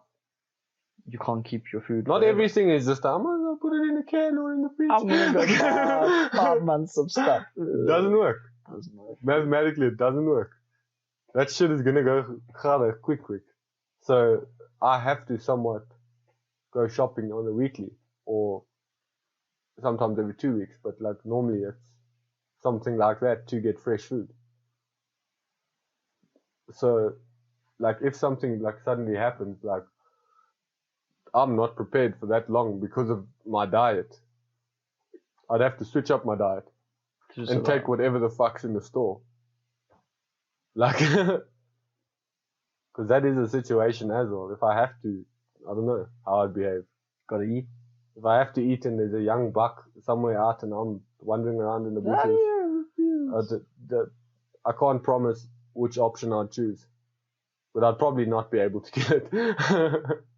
I'd probably look at it and be like, nah, cheers dogs, I'm out of these. I'm gonna go find my spot and you just go You pull a just big chill out. doo-doo. He's like, nah, fuck it. Doo-doo time. Oh shit, man. Yeah. I know those feels. But also, like, it's so weird, even that. Like, what's that other conversation we had with that other dude once? That guy from Clarence. Yeah.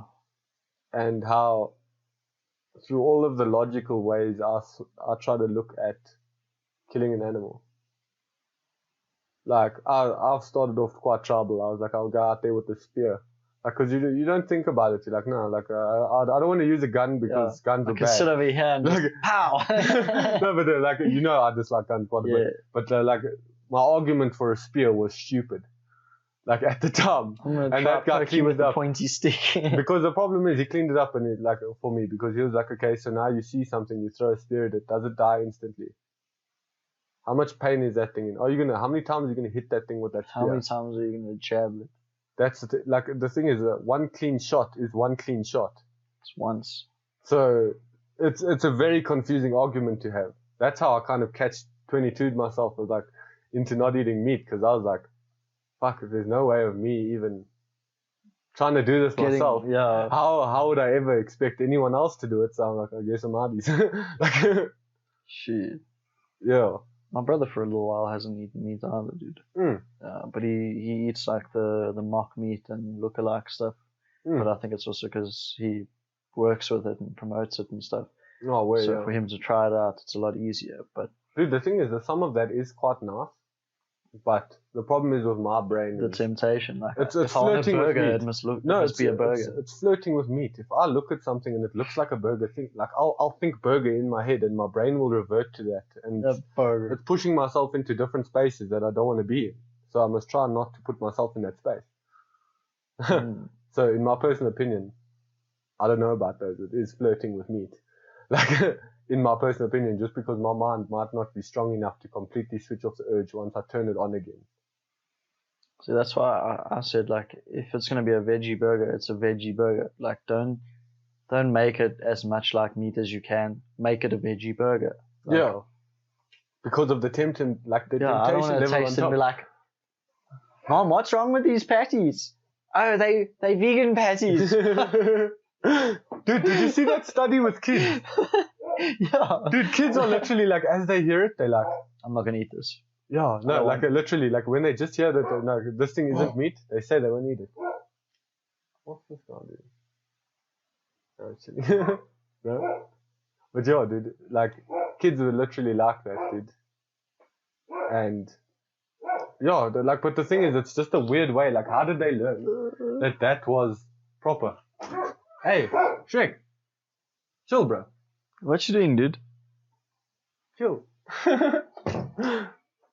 But yeah, to continue back again. And we're back. But yeah, When you know it's not what you thought it was, suddenly it's not as appetizing as well. yeah.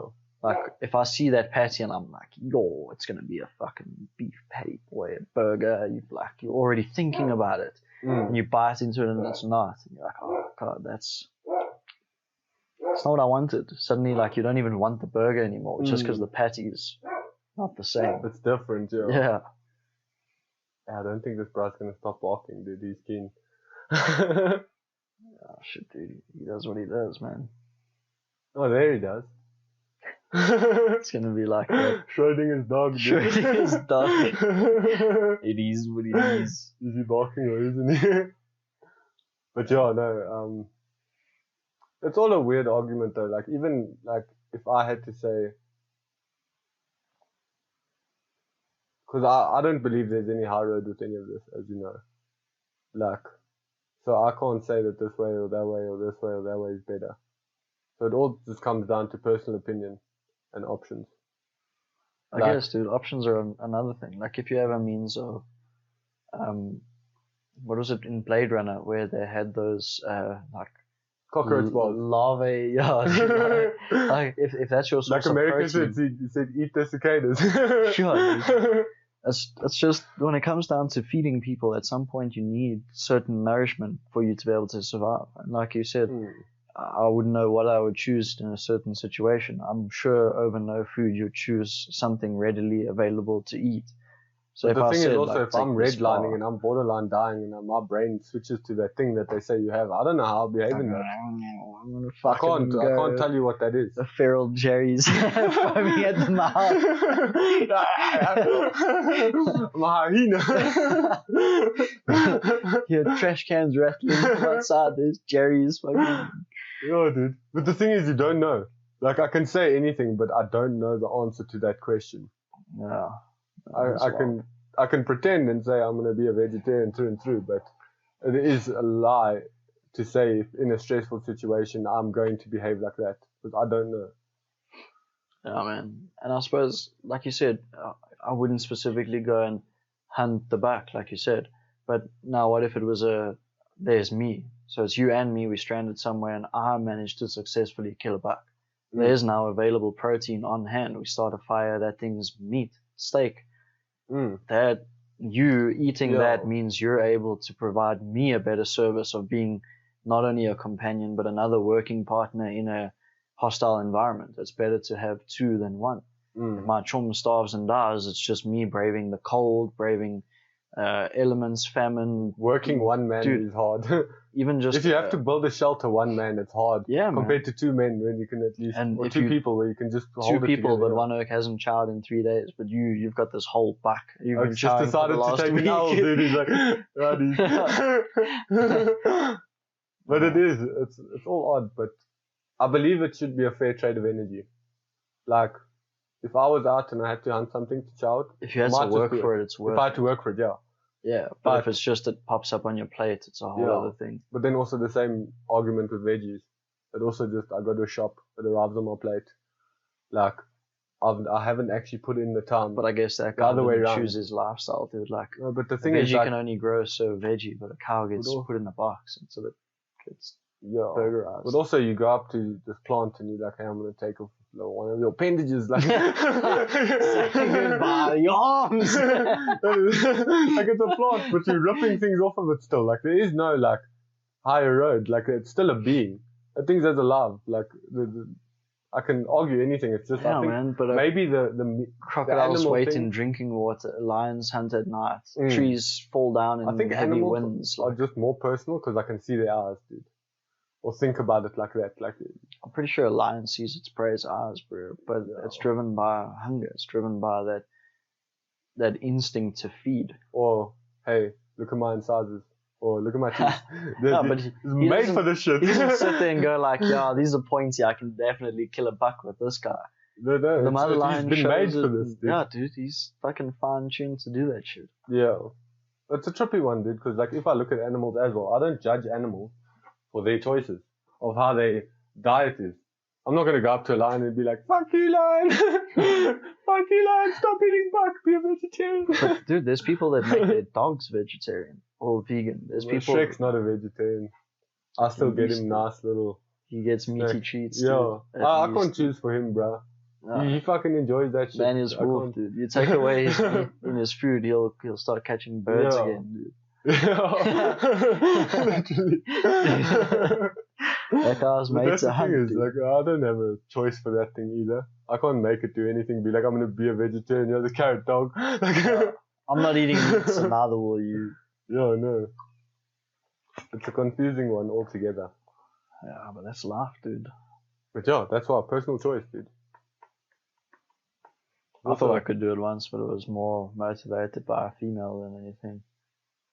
Yeah. Just for the swag card, be like, swag. Yeah, I'll do it too. I could do it. And then I think it was like a biltong or something that caught me, dude. And I was like, Dude, biltong really fuck good. that. Remember that ostrich biltong, dude? I still had a small piece with you, and I was like, That's the reason. Dude. that's the trap, dude. Now I know not to touch it, dude.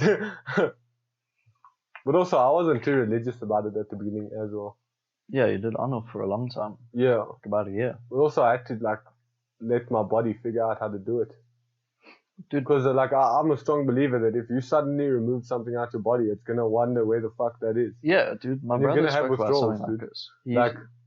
Like, He started gymming quite seriously, so he got into like his own diet prep. Mhm. And he said it's only by excluding certain things from your diet and learning what your body does when it gets a certain amount of this or a certain amount of that, or you suddenly take something away that you know what your body does and doesn't need. Mm. And he says it was crazy. It's like self-revelatory. Like he used to have headaches or cramps, and then he stopped eating certain foods, and he was like, oh my God, it was literally like it was eating that for 2 nights a week that was causing this, or, yeah, dude. Even like with Dole, dude, we once had a conversation. He does that keto thing. Well, he did it for a while, but it's like, I think it was that, but it's like a very high protein diet. And it helps him with some of the pains he has and random feelings and shit. So even that as a food worked very well to accommodate what his situation is. Because some things don't contribute nicely to it. It is very weird to think about all of it and how different things are. Or you get someone like Han who can't eat meat at all because he starts swelling up. Or like Marco is allergic to veggies. Yeah, like it's so, like the variation. Veggies, fruit. I think it's probably fruit. Fruit. Seeded things. Seeded things, eh? That's fucking crazy, dude. Well, no, I guess veggies have seeds too. But it's like, what is pips? Oh, okay. But veggies have pips. Gem squash has pips and shit. Yeah, I guess. Like an Well, apple what has is- a fucking dungus. What is actually the defining factor between a fruit and a veggie? I thought it was the whole growing on a tree, but I don't think so. Yeah, well, grapes are fruits. And they grow on vines, Yeah, which is like borderline. a tree. Yeah. Because I don't know, also like a separate conversation to this where my brain just went to, like, you talking about epiphytes and shit before, dude. And I would never even think of that as a thing. Like, I just see, like, oh, that's a vine plant. I Yeah. wouldn't think that that's an individual thing that grew within that space. It's And a dude. I thought it was just the end of a vine. vine. It's like, is that how that thing fruits? That shit is crazy. Dude, some things are wild, dude. Yeah. Like we said, nature finds a way, man. 50-story building, that thing's gonna grow something on it. Mm. But, you know, out in the wilderness, you got a 20 fucking meter tree. That thing, like the redwood forest, dude. What we watched that documentary, Life in the Canopy, something like Yeah. that. Dude, there's literally like mulch on some of those barks that have accumulated over years and turned to soil. Like, Very good soil. dude, insanely good soil because it's all Mm. organic. Everything that arrived there wasn't like it was brought by nature. It arrived there in the wind. It was dropped off by a bird. Something carried a nut in it. Like, It's already part of an existing system that contributes to the cycle. and Instead of equally, us- it's not that there's like a lack of it. Like Yeah. you take and take and take, and that there's nothing being replenished. Yeah. It's like you said, it's a cycle. Yeah. It's a clean loop that everyone contributes to. And it finds its way. The circle of life. Yes. Fuck. I wish more people would get it. Yeah, dude. But you can't. You can't go scream it at someone and be like, why don't you understand? Because, like, Just start Lion King. Dude. Ah! sing bass. Yeah. Don't you get it? Yeah. It means everything. You just hold up a book. Don't be puss, be like. Exactly. But it is literally like. But it's also confusing for people to try learn how to contribute to it. Like a lot of people say, "Oh, you must do this, you must do that," but like even recycling, I'm terrible at that. Like, but I'm also just not educated. I haven't spent the time educating myself in it. Like it's just, as far as I understand, the way recycling works in this country is not very well. And our front line is literally those oaks on the side of the road that pick up things My man, in the thing. That is our front line. my mom's company is hectic into recycling, and you've been there. Yeah. Separate bins for everything. Everything gets micromanaged. Like my mom is meticulous. Yeah. They would charge the service fee for resorting it. And my mom was like, nah, that's bullshit. Mm. To the point that she went and showed them, emailed them pictures of their systems and processes. Turns out they arrive, they dump it all in one truck, and then they fuck off. And they get back to their facility, sort it out, and go, cool, here's a 200 Rand charge because we sorted it out. Well, that's another thing that I saw as well when I was a rubbish boy for a good portion of my life.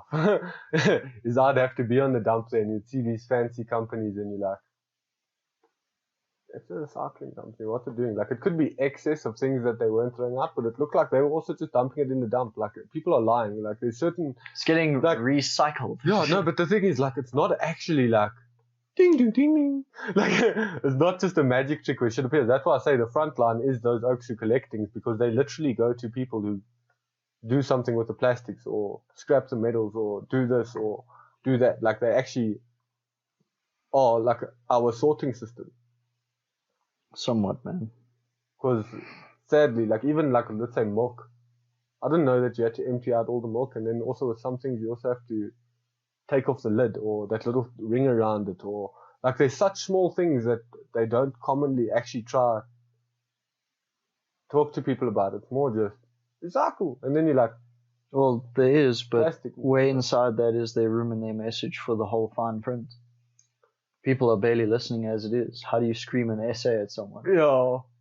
You should recycle, but only recycle the bottles that have this PP whatever on it, and then you got to take off the tab, and don't forget about the boxes. You got to separate the boxes. And then within that time, I'm already like, noises. White paper and cardboard, they're not the same. Like, dude, it's crazy. Yeah. Yeah, that crazy. is the thing. Like, exposure time for that to educate people is very hard, especially because, like, even I'm one that tries to take care, and I'm one that hasn't taken the time to do that, which makes me a doer, obviously. But dude, because, like you said, it's a lack of education, because there isn't enough information, or there isn't but also I'm a doer, facility. So I could have done that. Like, you could have, but dude, at what point? Like, even the whole, so you're going to start recycling. You know that some of the things that you can recycle, they don't pick up. So even a battery you're not supposed to just throw in the bin. So where do you take it? Where do you take a battery to be properly disposed of? So you must now collect your batteries for like 5 years so that you get like a kilogram of them, so that you can make one trip to a facility and drop it off, and maybe you get a buck or two. Cool. But like the effort versus dude. But then what if let's say you had a community running system where you and your neighbors you've got 10 batteries that are done. Oh, Jeff's got 5, and then like very quickly you make a nice pile, and then someone can go take the whole pile. Burn it. Because the thing is, you can argue a whole bunch of things, but doing 5 trips is quite damaging to the environment in a car or a truck. Dude. Like, we can argue a whole bunch of things, but that is still a factor. You're going to do worse transporting. Like, but then also that isn't trash. Some plastics will last for 100,000 years. Like, it's no joke. Like, some plastics will outlast civilization. The dinosaurs might see the trash. Like, even millions. Like, the next, whatever the dinosaurs are next after us. Yeah, whatever the next dinosaurs are. Because we were after the dinosaurs. Well, actually, that's what we think happened. I'm sure there was a lot after us. We just cocky. Well, before us. And after us. But we just generally cocky and put us up on this pedestal because we're like, thumbs in plastic, boy. Meow. Meow and shit. Meow and shit, dude. Thumbs. Thumbs, dude. It's so fucked, man. Yeah. But also, like... Hey, that's a... Oh, wait. Yeah, no, it's a good message to see. So. Oh, wait, fuck yes. But also, like... How do you think people can stop people from being so cocky about their human form when it's been fed to us. It's difficult, dude, because 'Cause, it like, gets wrapped up in ego, self-identification. Yeah. You choose that facade over just being, I don't want to know what could be, I'm quite content with who I am. Versus the unknowing. Like, no one wants to know that they don't know who they are. Like, hey man, you think you're clinging to that idea, but you're not really you. And someone's going to be like, what are you talking about? Of course I'm me. Like, look, I moved this thing. I'm this guy. But you hold on to this false narrative like it's your form of identity. Mm. Your name is just a sound people make to catch your attention. Yeah. But some people tattoo like their surnames on their back. This is me. Okay. My name is Jim. Yo, cool guy. But like Yeah. even that, like you take heritage to such a point where you're like, oh no, I've got to, like, I agree with this. It's where I came from. But some people came from slavery. So like, at what extent do you agree that you believe your past or you hold your past true? Everything evolves, man. Everything gets better. Like nothing evolves to be worse. Otherwise, it doesn't exist. It goes extinct.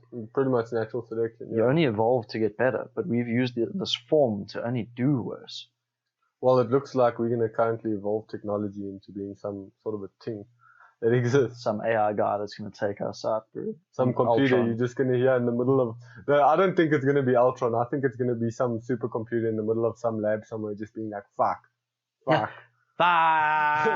Forever. No internet connection. Until it's got legs, it's just chilling, dude. Because that's the thing is, without humans running a functional system, is there enough robots to run a functional system for them to stay online or communicate or...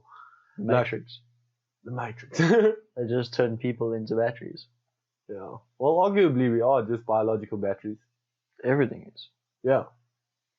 Like, you consume food and nutrients and things like that. Store That it, gives you use energy, it. and you use it. Yeah. And you run out of battery when you fuck out. Straight up. Yeah. Yeah. A cow is just a method of turning grass into steak. Yeah, fuck you, Neil deGrasse Tyson. Shit. Yeah, no. It's crazy, dude. That was such a weird way of hearing that, dude. Just because you're saying it to a vegan who's promoting a book on veganism. Yeah. Was that Amy Farrah? What? Marlon Busa? What? I forgot how to say her surname. I didn't know it to begin with. Yeah. Amy Farrah. Yeah, Amy. Forever Amy, dude. Yeah.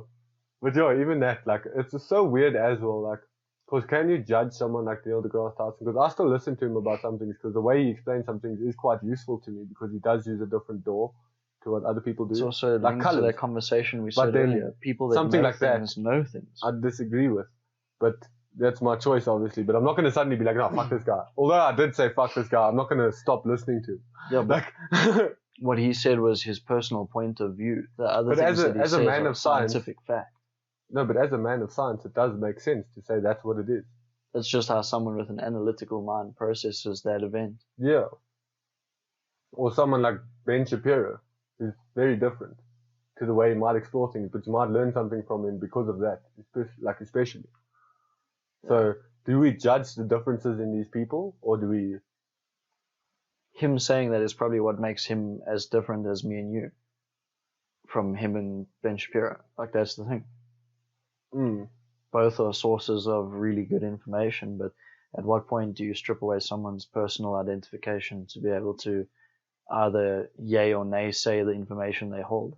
Like, I don't like what you said about cows, so fuck what you think about the sky. Don't fly. Doesn't make sense, dude. Doesn't make sense, man. That's the thing, is also like, I find myself doing that as well. I weirdly make arguments for things like from the weirdest angles, and sometimes I'm like, that one didn't work.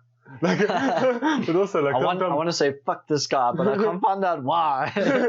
Yeah. But it is just like, also I think he's sort of like a puppet, the Neil deGrasse thing. That's also why I'm like, fuck that guy.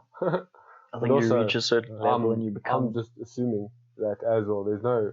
I can't just be like... There's no confirmation. Yeah. So I can't judge a guy until there's confirmation. Can't make him jump over the mark. He's innocent until proven guilty, but I can still be skeptical. Yeah. Like, That's your personal decision. You're allowed to be skeptical. Yeah, definitely. Exactly, dude.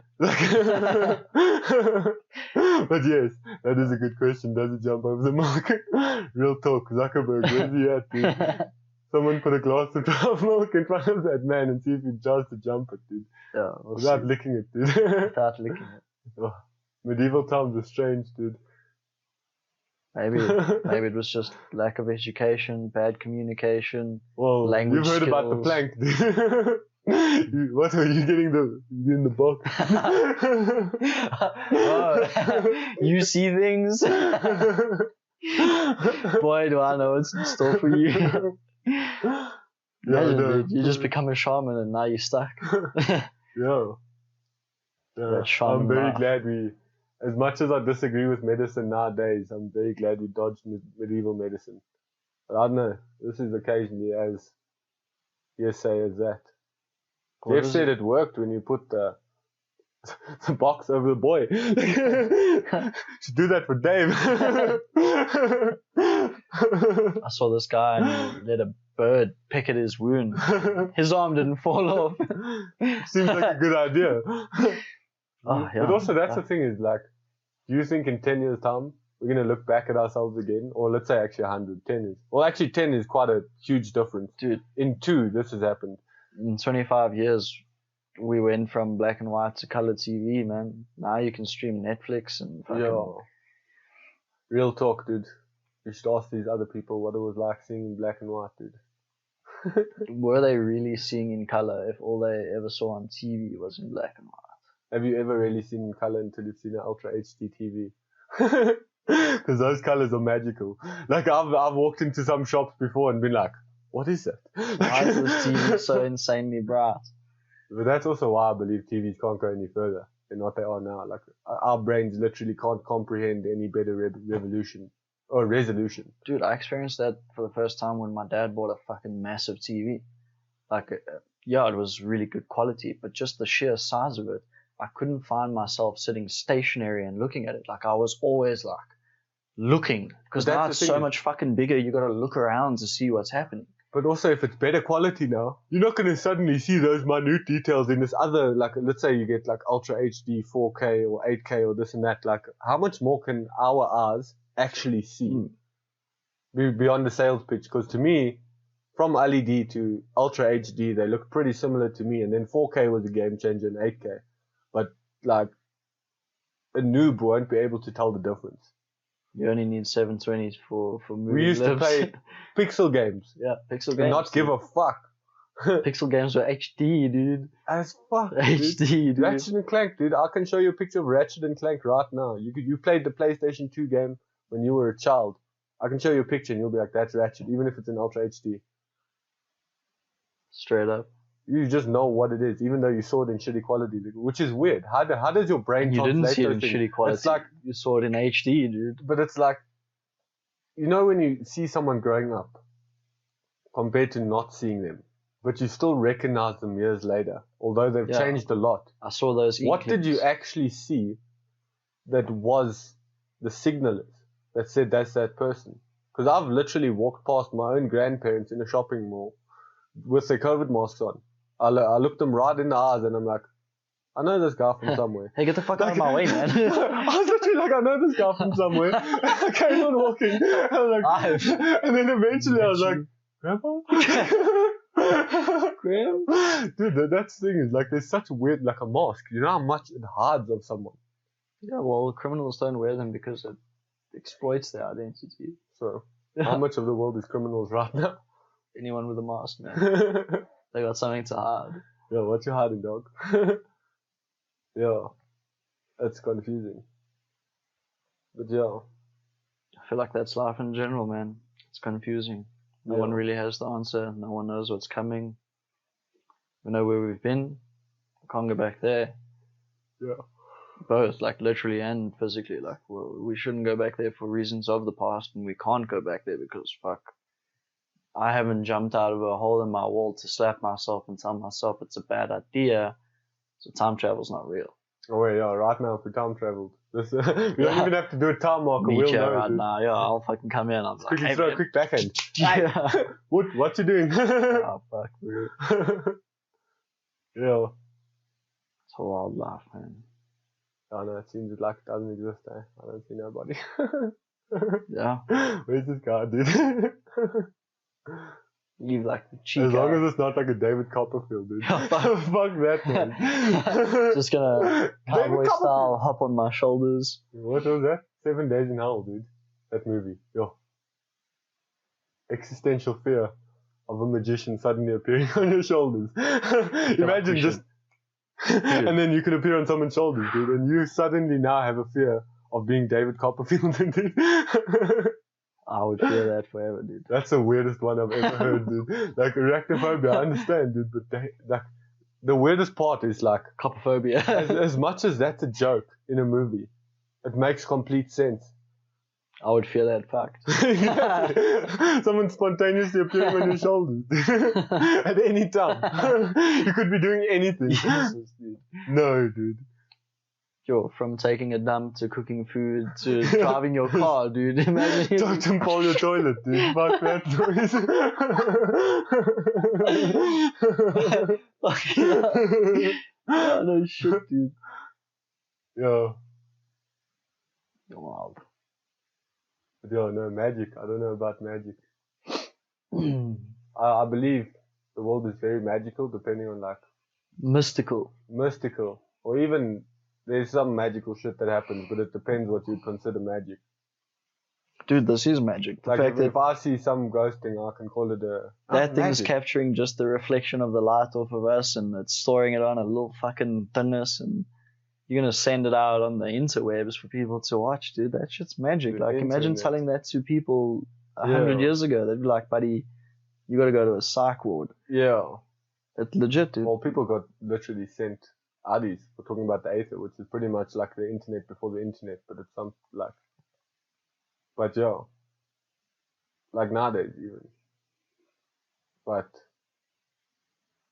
yeah, it's weird because it's all very dependent on what other people think, in a way. Like the Salem trials or whatever it is. It's just, oh, I think that guy's a witch. Oh shit, this guy gets killed, and you're like, I don't think he was a witch, and he's like, only a witch would say that, and suddenly it becomes a whole, like, shit show of people pointing fingers at each other for whatever reason. Yeah, man. Well, that's at like 51% with the vaccine, or whatever we were saying earlier. The trippy one, dude, like, At some point, like when everyone Silicon makes Valley, the yeah. decisions, it's not your decision. Yeah, if you get a certain amount of,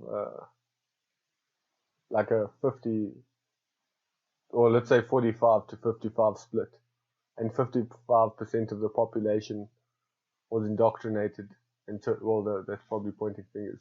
Okay, let me start again. Okay. If 55% held a certain View, and they chose to take part in that view, and then suddenly the other 45% has to take part, which I do not agree with at all. that's that dude being told what to do, telling them fuck you, dude. Yeah. You can't just assume that everywhere out there is going to be 100% of people willing to do that same thing. Especially if it becomes something like with COVID now and mandates. And some people, There is gonna 100% Yeah, be fallback and people who do not agree. Me being one of them. well, I don't know, man. Here we sit Like- 2 years with a bedtime, and there's And people people are being just like, arrested no, for it. everything's okay. But yeah, anyway, it's confusing to think about it all in context as well as where we are now. Because people often forget that. Like, let's say fault fires. How many big fires do we have to see in the space of 3 years and put on our Facebooks every single time before we realize that this is a problem? Like Amazon, Australia, Turkey, like there's places everywhere in the world that have been having a shit ton of fires and all sorts of things, and people are just like, oh my god, there's a fire. Bro, we can week 10 later, men it's walk through the driest of felt, all smoking and chilling, and we don't start a single fire, but we can also accidentally start a fucking massive fire. Easily, dude. Very easily. Facts. But that's the thing is, climate change is apparently contributing to the dryness, the spreadability, the wind, like the unpredictability of the weather in a way.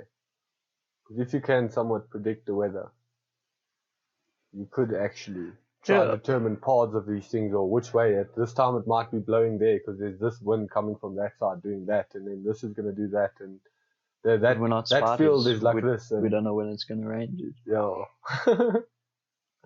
That's fact. You can just do your part, dude. Like we did on that hill, there was a massive fire. It literally almost burnt our cars, dude.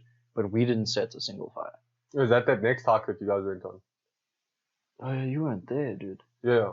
Yeah, you weren't there, man. So shit, dude. Like literally, we arrived to fires burning at the bottom of the hill.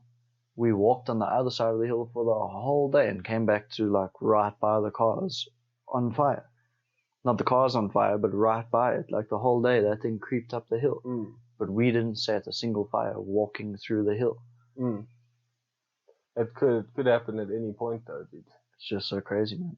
I think people are also just not as conscious anymore. Like, you'll throw a cigarette out the window and just not care, but that thing could blow for 100 meters before it goes out, and that's enough for it to... Well, when I was a kid, I convinced myself that throwing shit outside of the car was a home for small animals. You know, how scummy was that belief? But it is what it is, dude. Like, cow turns grass into steak. Yeah. It was just a view you had.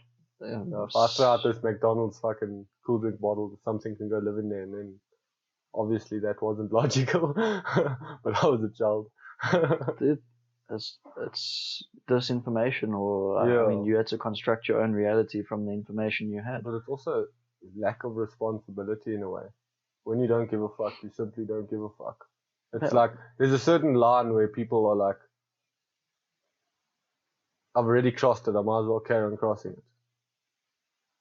Instead of being like, okay, like,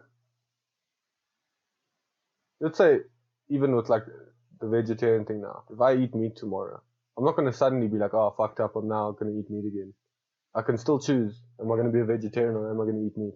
Yeah, you just don't eat meat tomorrow, dude, and you're good. Yeah, you didn't suddenly just fuck up and the whole world is over and you're like, oh God, I've got to make this decision now. Like a horse, you got to get put down, bro, because you broke your ankle. I ate meat, that's it, I'm out. Yeah, but that's the thing, is like you still have the choice of decision after whatever happens. Like you don't have to just let this pattern unfold that you didn't want to unfold, especially if you are aware of it. Yeah. I guess, like just, I don't know, as an example of something. Like just, so a lot of people, as soon as they try or do something wrong, well, probably when they do something wrong is better wording than that, but like, they think that they're a fuck up and then they continue that fuck uppery. When at any point you should have turned it around or attempted to turn it around. Yeah. There's a lot of gaps in between, but it's hard when you, like, even we were talking about tunnel vision the other day.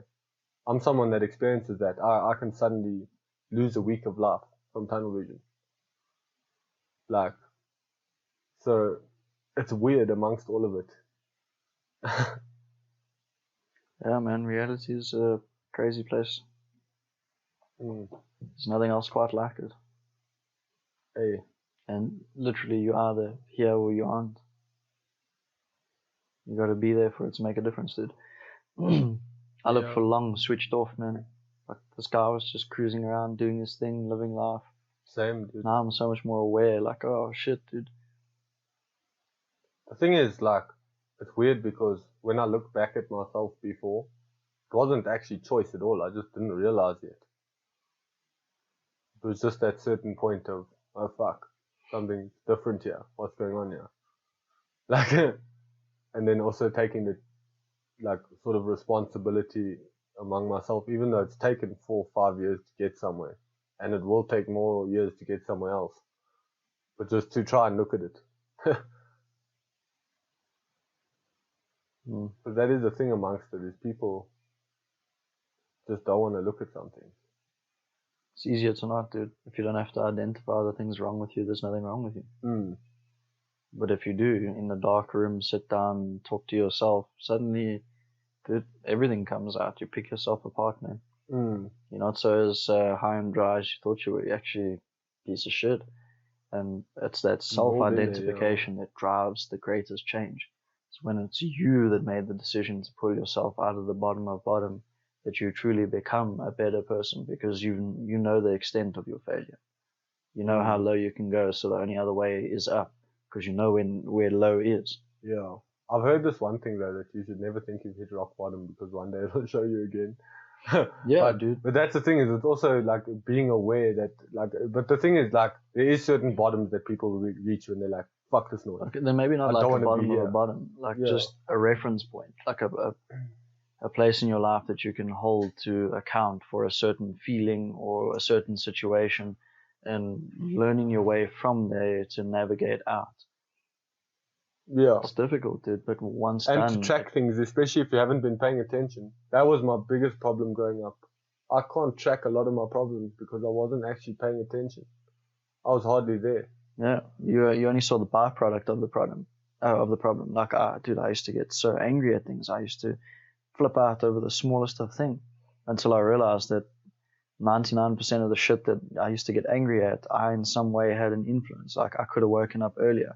I could have left earlier. I could have made sure there was petrol in my car. I could have made sure my shoes were at the door.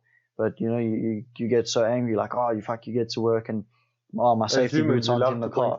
So it's easier just to get angry and fucked off that that thing isn't there, but you had that opportunity beforehand to make sure it was. Yeah, dude, acceptance is a beautiful thing, dude. And once you learn to accept yourself as being this flawed thing that you're not perfect. Yeah. It makes the experience almost feel like it's perfect, because now you've accepted that these things happen. Yeah. That it's not just a straight ride. It's not just you kind of humanize yourself again, because you just realize, okay, I'm just a thing out here trying to figure out what the fuck's going on, like anyone else as well. Dude, just that animal in the field munching on grass, dude. Yeah. Yeah, it's wild. But it is like, there is times where you can begin to feel grateful as well. As much as sometimes I'm like, fuck, what is going on? That's my base. There's other times where I'm like, getting into the wild. When I go on hikes with you guys, that's my reset, dude. That reminds me that there's so much bullshit in my life, because when I go out there, nearly all of it doesn't matter. I get home and I'm so much more grateful that I've got these interpersonal connections and relationships with my friends and family than I am with the fact that, I've got to go back to my job, and the weekend's only so long. But you come back from a hike thinking like, oh shit, like, check out this cool experience I've had with my friends. And you get home and you're in such a good mood, and your mom's ready to hear about it. Like, how was your hike?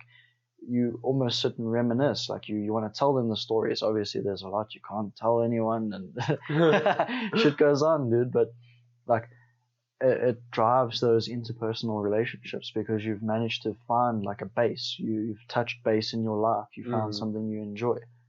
Now you want to talk about it more there. It makes you so much more excited to go back to work and get this week done, because, only 2 more weeks and you're on another hike, bro. Yeah. And, maybe that's, for me, it's the hike. But for anyone else, that same reset could be anything. Mine used to be Oppies. I used to do one music festival. See, but that's like one annual reset. Because but that's the thing, is like, I'm normally quite a contained person that's chilling, smoking my hubbly, relaxing. I don't really go dance. I don't really go. If I go out, I chill. And then if I went there to a music festival, I just jam out for fucking 3 days, get it all out my system, and then I'm like, oh wait, I'm chilling again. It's like a purge.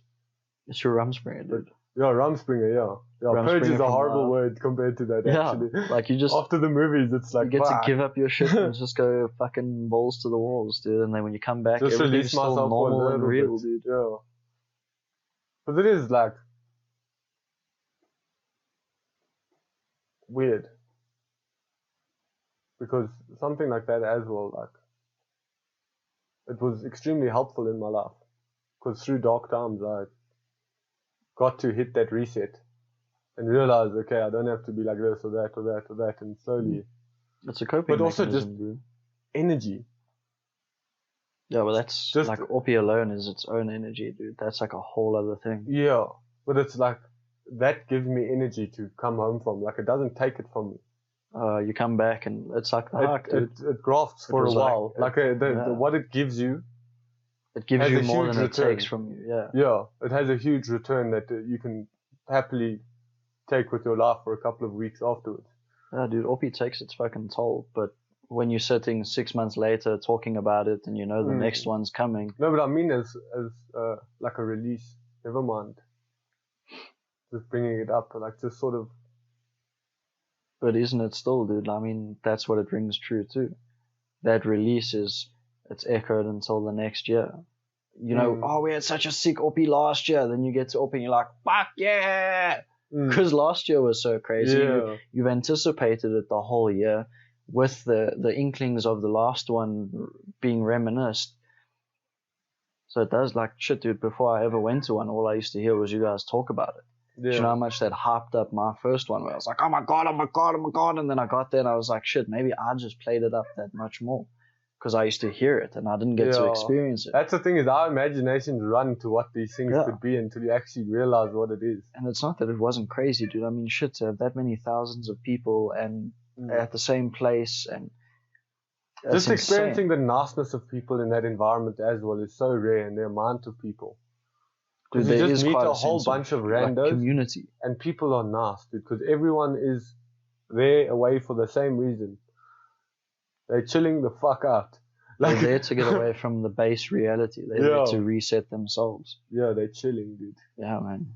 And then it makes very nice that. people. If people could only realize that existing like that all the time. Dude, because that accountant or lawyer probably can't go do his drugs or scream in front of a stage every day of his life. But when he sets aside those 5 days of, you know, hush, don't tell sort of deal, you go out there, you have your fucking blast, you go back to work, and it's like nothing ever happened, dude. It doesn't scratch that facade that you put on, but you get to carry the knowledge of, oh, I got to release, I got to be the real me. I didn't have to hide it and worry about who's going to think what of me. You just go out and fucking chill, dude. You just go out and never chill. No. Yeah, it's crazy. You know, it's nice that things like that exist. Well, it used to. Yeah. There you go, dude. I don't think Fuck there'll the ever be an government. Oppie again, dude. Fuck the governments. Fuck your noise. I don't believe in any form of centralized power, dude. It's bullshit. I agree, it's bullshit. The thing is, like, it's literally like we've spoken about before. Like, it's not that, like, I'm gonna go fight the system right now. It's more that watching the incompetence as well as these gigantic job roles that no one can fill. It's stupidity to let that happen. And then let these people who can't fill these job roles try handle heavy decisions by the hundreds, and then end up in situations like this. Oh, you can't handle that? Don't worry, we'll just take you out and put a new guy in. Yeah. And then the country is like, oh, okay, cool, don't worry, they've got a new guy in. He knows what he's talking about. No. 6 months later, it's, oh, fuck that guy. Oh, they got a new guy. Yeah. Sick, let's listen to what the new guy has to say. Yeah, and they don't even think about the whole process, that it's been a shit show the whole time. Just don't worry, we're going to line up the next oak in like another 6 months and the country will love him. Yeah. You know, like it's all... Yeah, everyone could say that like the world is a shit show now, but like if you think about like Pink Floyd's Another Brick in the Wall, or Will I Am's Where's the Love? Where is it? What is that, Fergie? What was his band's name? Black Eyed Peas. Where is the love? Yeah, like that's the thing, is like if you listen to these things from back in the day, it's the struggle is still happening. Like we pretended to believe it stopped. Because we got so advanced, man. I can send like, anything like we talked anywhere about around earlier, the world. comfortability. The more we got comfortable, the less we started understanding what's going on around us. I'm not worried about their problems because I don't have problems. Yeah. Yeah, it's wild, man. Eventually, until it accumulates, until it all becomes everyone's problem, and now we sit here like, should have done something. A pile of shit that keeps on piling eventually becomes a big pile of shit, dude. Yeah. You can avoid it as much as you like, but it is what it is. Yeah, shit, man. Yeah. But on the upside is there's things we can try to do as individuals.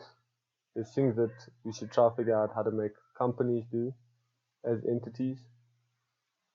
because of their massive contribution. I wish there were bursaries for like farming and agriculture. I wish there were bursaries for, not even a bursary, dude. I wish they just had it in school. Like, why are we teaching kids all of these useless things? I know so many things that they never came out to play in my life, and even that, like, if I had studied further, the things that I was taught were irrelevant.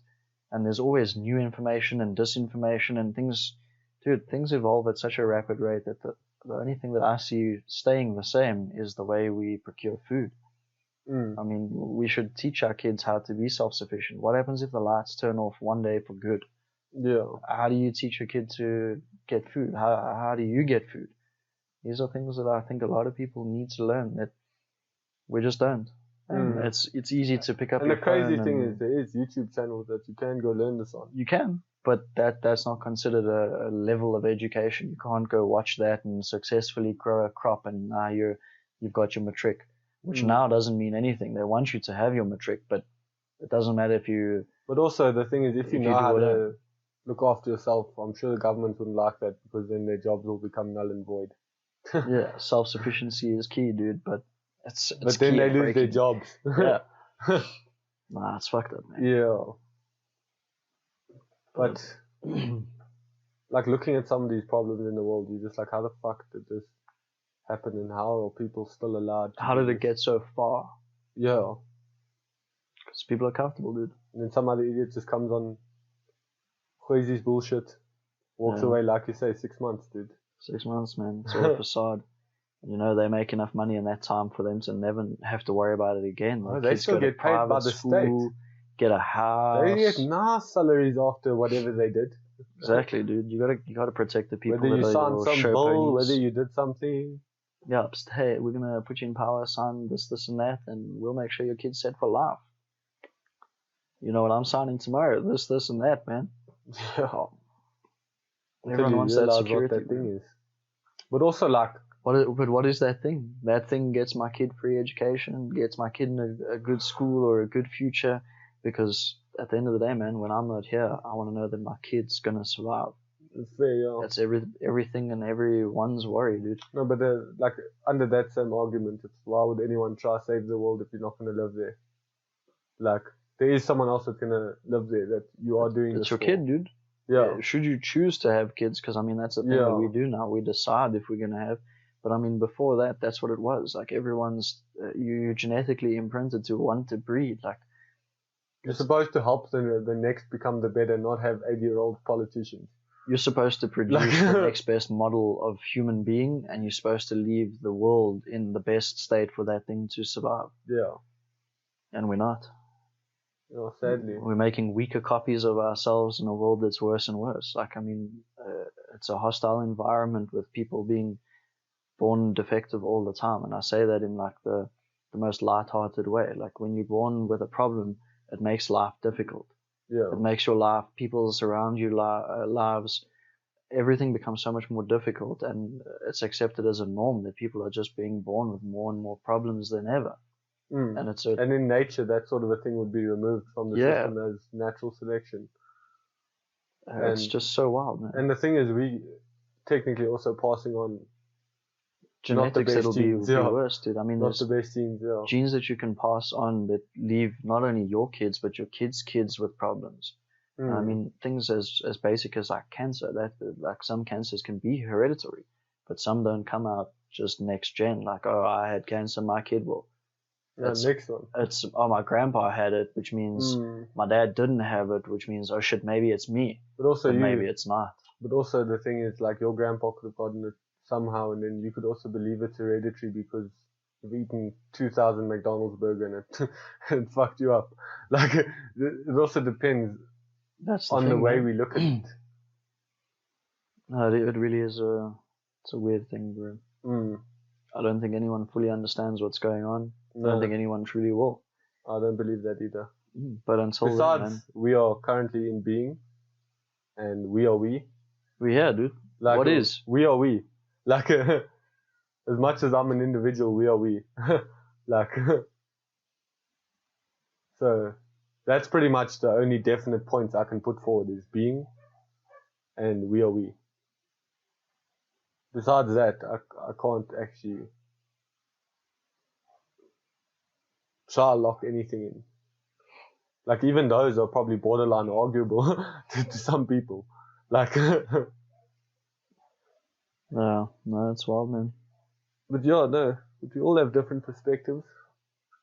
But I like it. I like that about the world, though. It makes it interesting.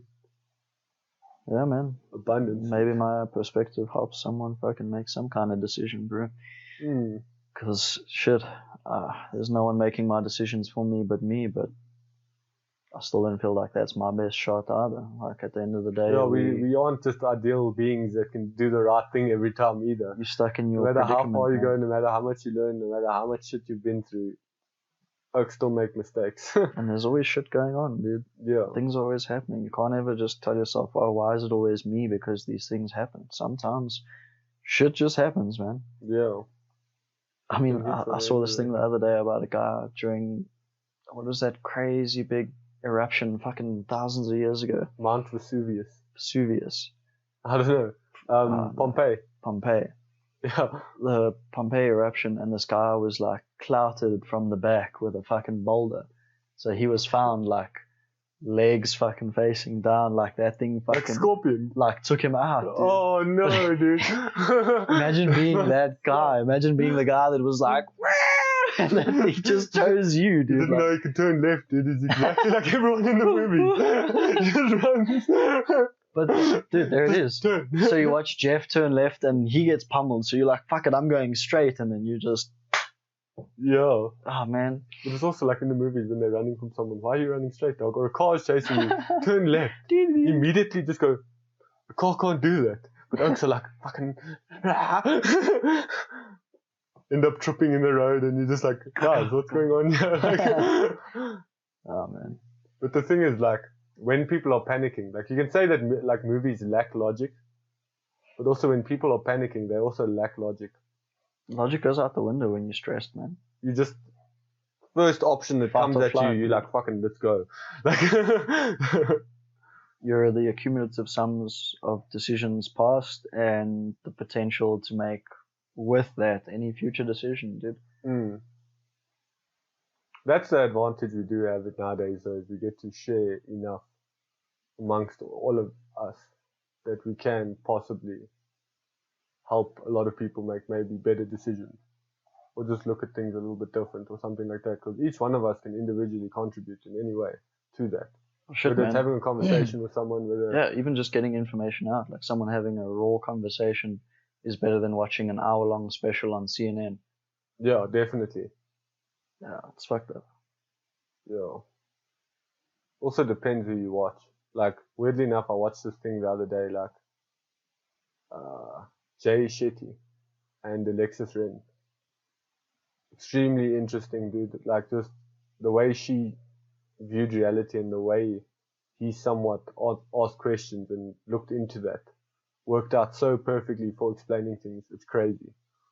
Shit, dude. So it's like just the some combination of those two people in a room managed to make something crazy that I could sit here on the other side of the world and be like, stuff. Oh my god, oh my god, oh my god, oh my god. fuck yes. Because the thing is, like, there's certain things that, like we've spoken about before, like, the kid didn't know that a beef patty came from a cow. They thought it came from a supermarket. So in the end, it's finding the gaps. Where are these gaps and how do we fill them? Or how do we try at least bring some attention to these gaps so someone can attempt to fill it? All good questions, man. And like everything, I don't think any individual's truly got the answer. It's one of those things where the only way you'll get past. That's why I these don't believe I'm the community guy that problems- can believe I can fill the gap. If there's a pothole, I'm not the guy. But It's maybe not the someone guy else to can fill be the the guy. gap, dude. It's Like- about the guy to bring up the gap. If we bring up the gap, there's an opportunity to fill it. But Fair if enough. if no one knows about the gap, everyone's just gonna keep fucking driving around it or over it. Well, I guess like feminism, even as an example, if no one actually knew about that, Yes, women we're would hitting have 3 still million been on oppressed. this. how to Inside trigger, dude. joke. How to trigger. no, but real talk. If that progress wasn't made, we wouldn't sit here where we are now. We get to now live with the world that was given to us, where we can actually meet women that are independent, which I actually like. Dude, my mom's Like- in a high-paying position, and she's Yeah. in like a. Well, even that, like a completely independent woman, which wouldn't exist back in the day. Yeah, but like it was for frowned me, upon even. Like it's you like- can't be self-sufficient. yeah. So Nice. the world is very different that we were brought up in, which I'm quite happy with, and I'm hoping that future generations will be brought up in a different world as well. Yeah, man. But I want the best for all, not for an individual like clique, Yeah. so to speak. You know, just to give it a broad. Well, in the end, we're all in this together. So we can bullshit each other as much as we like, but it is what it is. It is what it is. Yeah. So we can fight with each other, we can do anything, but until we come together, we're just going to carry on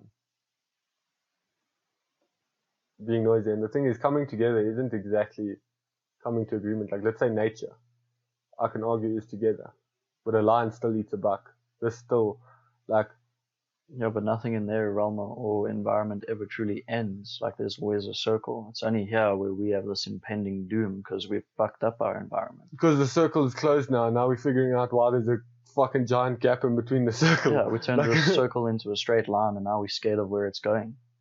That's actually a crazy way to explain that shit. It's Wow. like a linear understanding of existence instead of cyclical or whatever.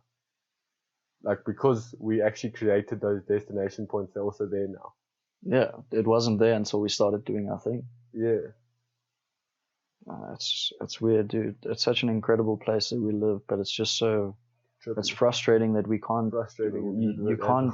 Yeah, dude. Trippy, yeah. But it's frustrating that you don't have as much power over the things that are going on as an individual. Like, I wish I could walk outside and end world hunger, but I sit in my car and I look at that guy begging for something, and you look around your car, you don't even have like a spare coin sometimes. Like, I don't have a small piece of metal that well, I can since give you COVID, to show people you. don't use cash often, so those oaks must be taking a massive loss. Dude. But I mean, the dynamic that breaks down is you've got someone hungry next to you at your window, but there's you comfortable in your car. But my car only gets me to work, to pay for my car, to pay for my place to stay. The thing is, it's not exactly decided who's the rich and who's the poor one in that situation, besides situation. Because man. technically that oak might be broke, but he might not have debt. That person in that car might have a lot of debt, which actually puts them in reverse, which makes them more poor than that guy. Yeah, but one's not sleeping on the streets and suffering from malnutrition. That's the craziest part. Is how do other people just get to play bank and fuck around? That's why also money is a whole nother argument I'm not going to even get into, but I Yeah. said fuck this noise. Yeah, Like, it's a weird one, man. yeah. Yeah, dude, shit. I just wish the best for everyone. I Yeah. hope we all make it out alive, I guess. Because Mm, if you don't, you don't. mm. But no, I think we'll be alright. Like, or at least some future generations. Maybe not us. But if we can make enough progress in our lifetimes and maybe the next generation's lifetime, it might be enough. Well, if we last that long, because we already hit crisis mode. Like, you can play games on that either, but it's crisis mode. So, if it can change in time, there's still options. Because I'm pretty sure the world will still adjust to us a bit as well. Like, we have stats and things for, like, let's say climate and this and that, but I'm pretty sure the world also has abilities to adjust as a being that is alive.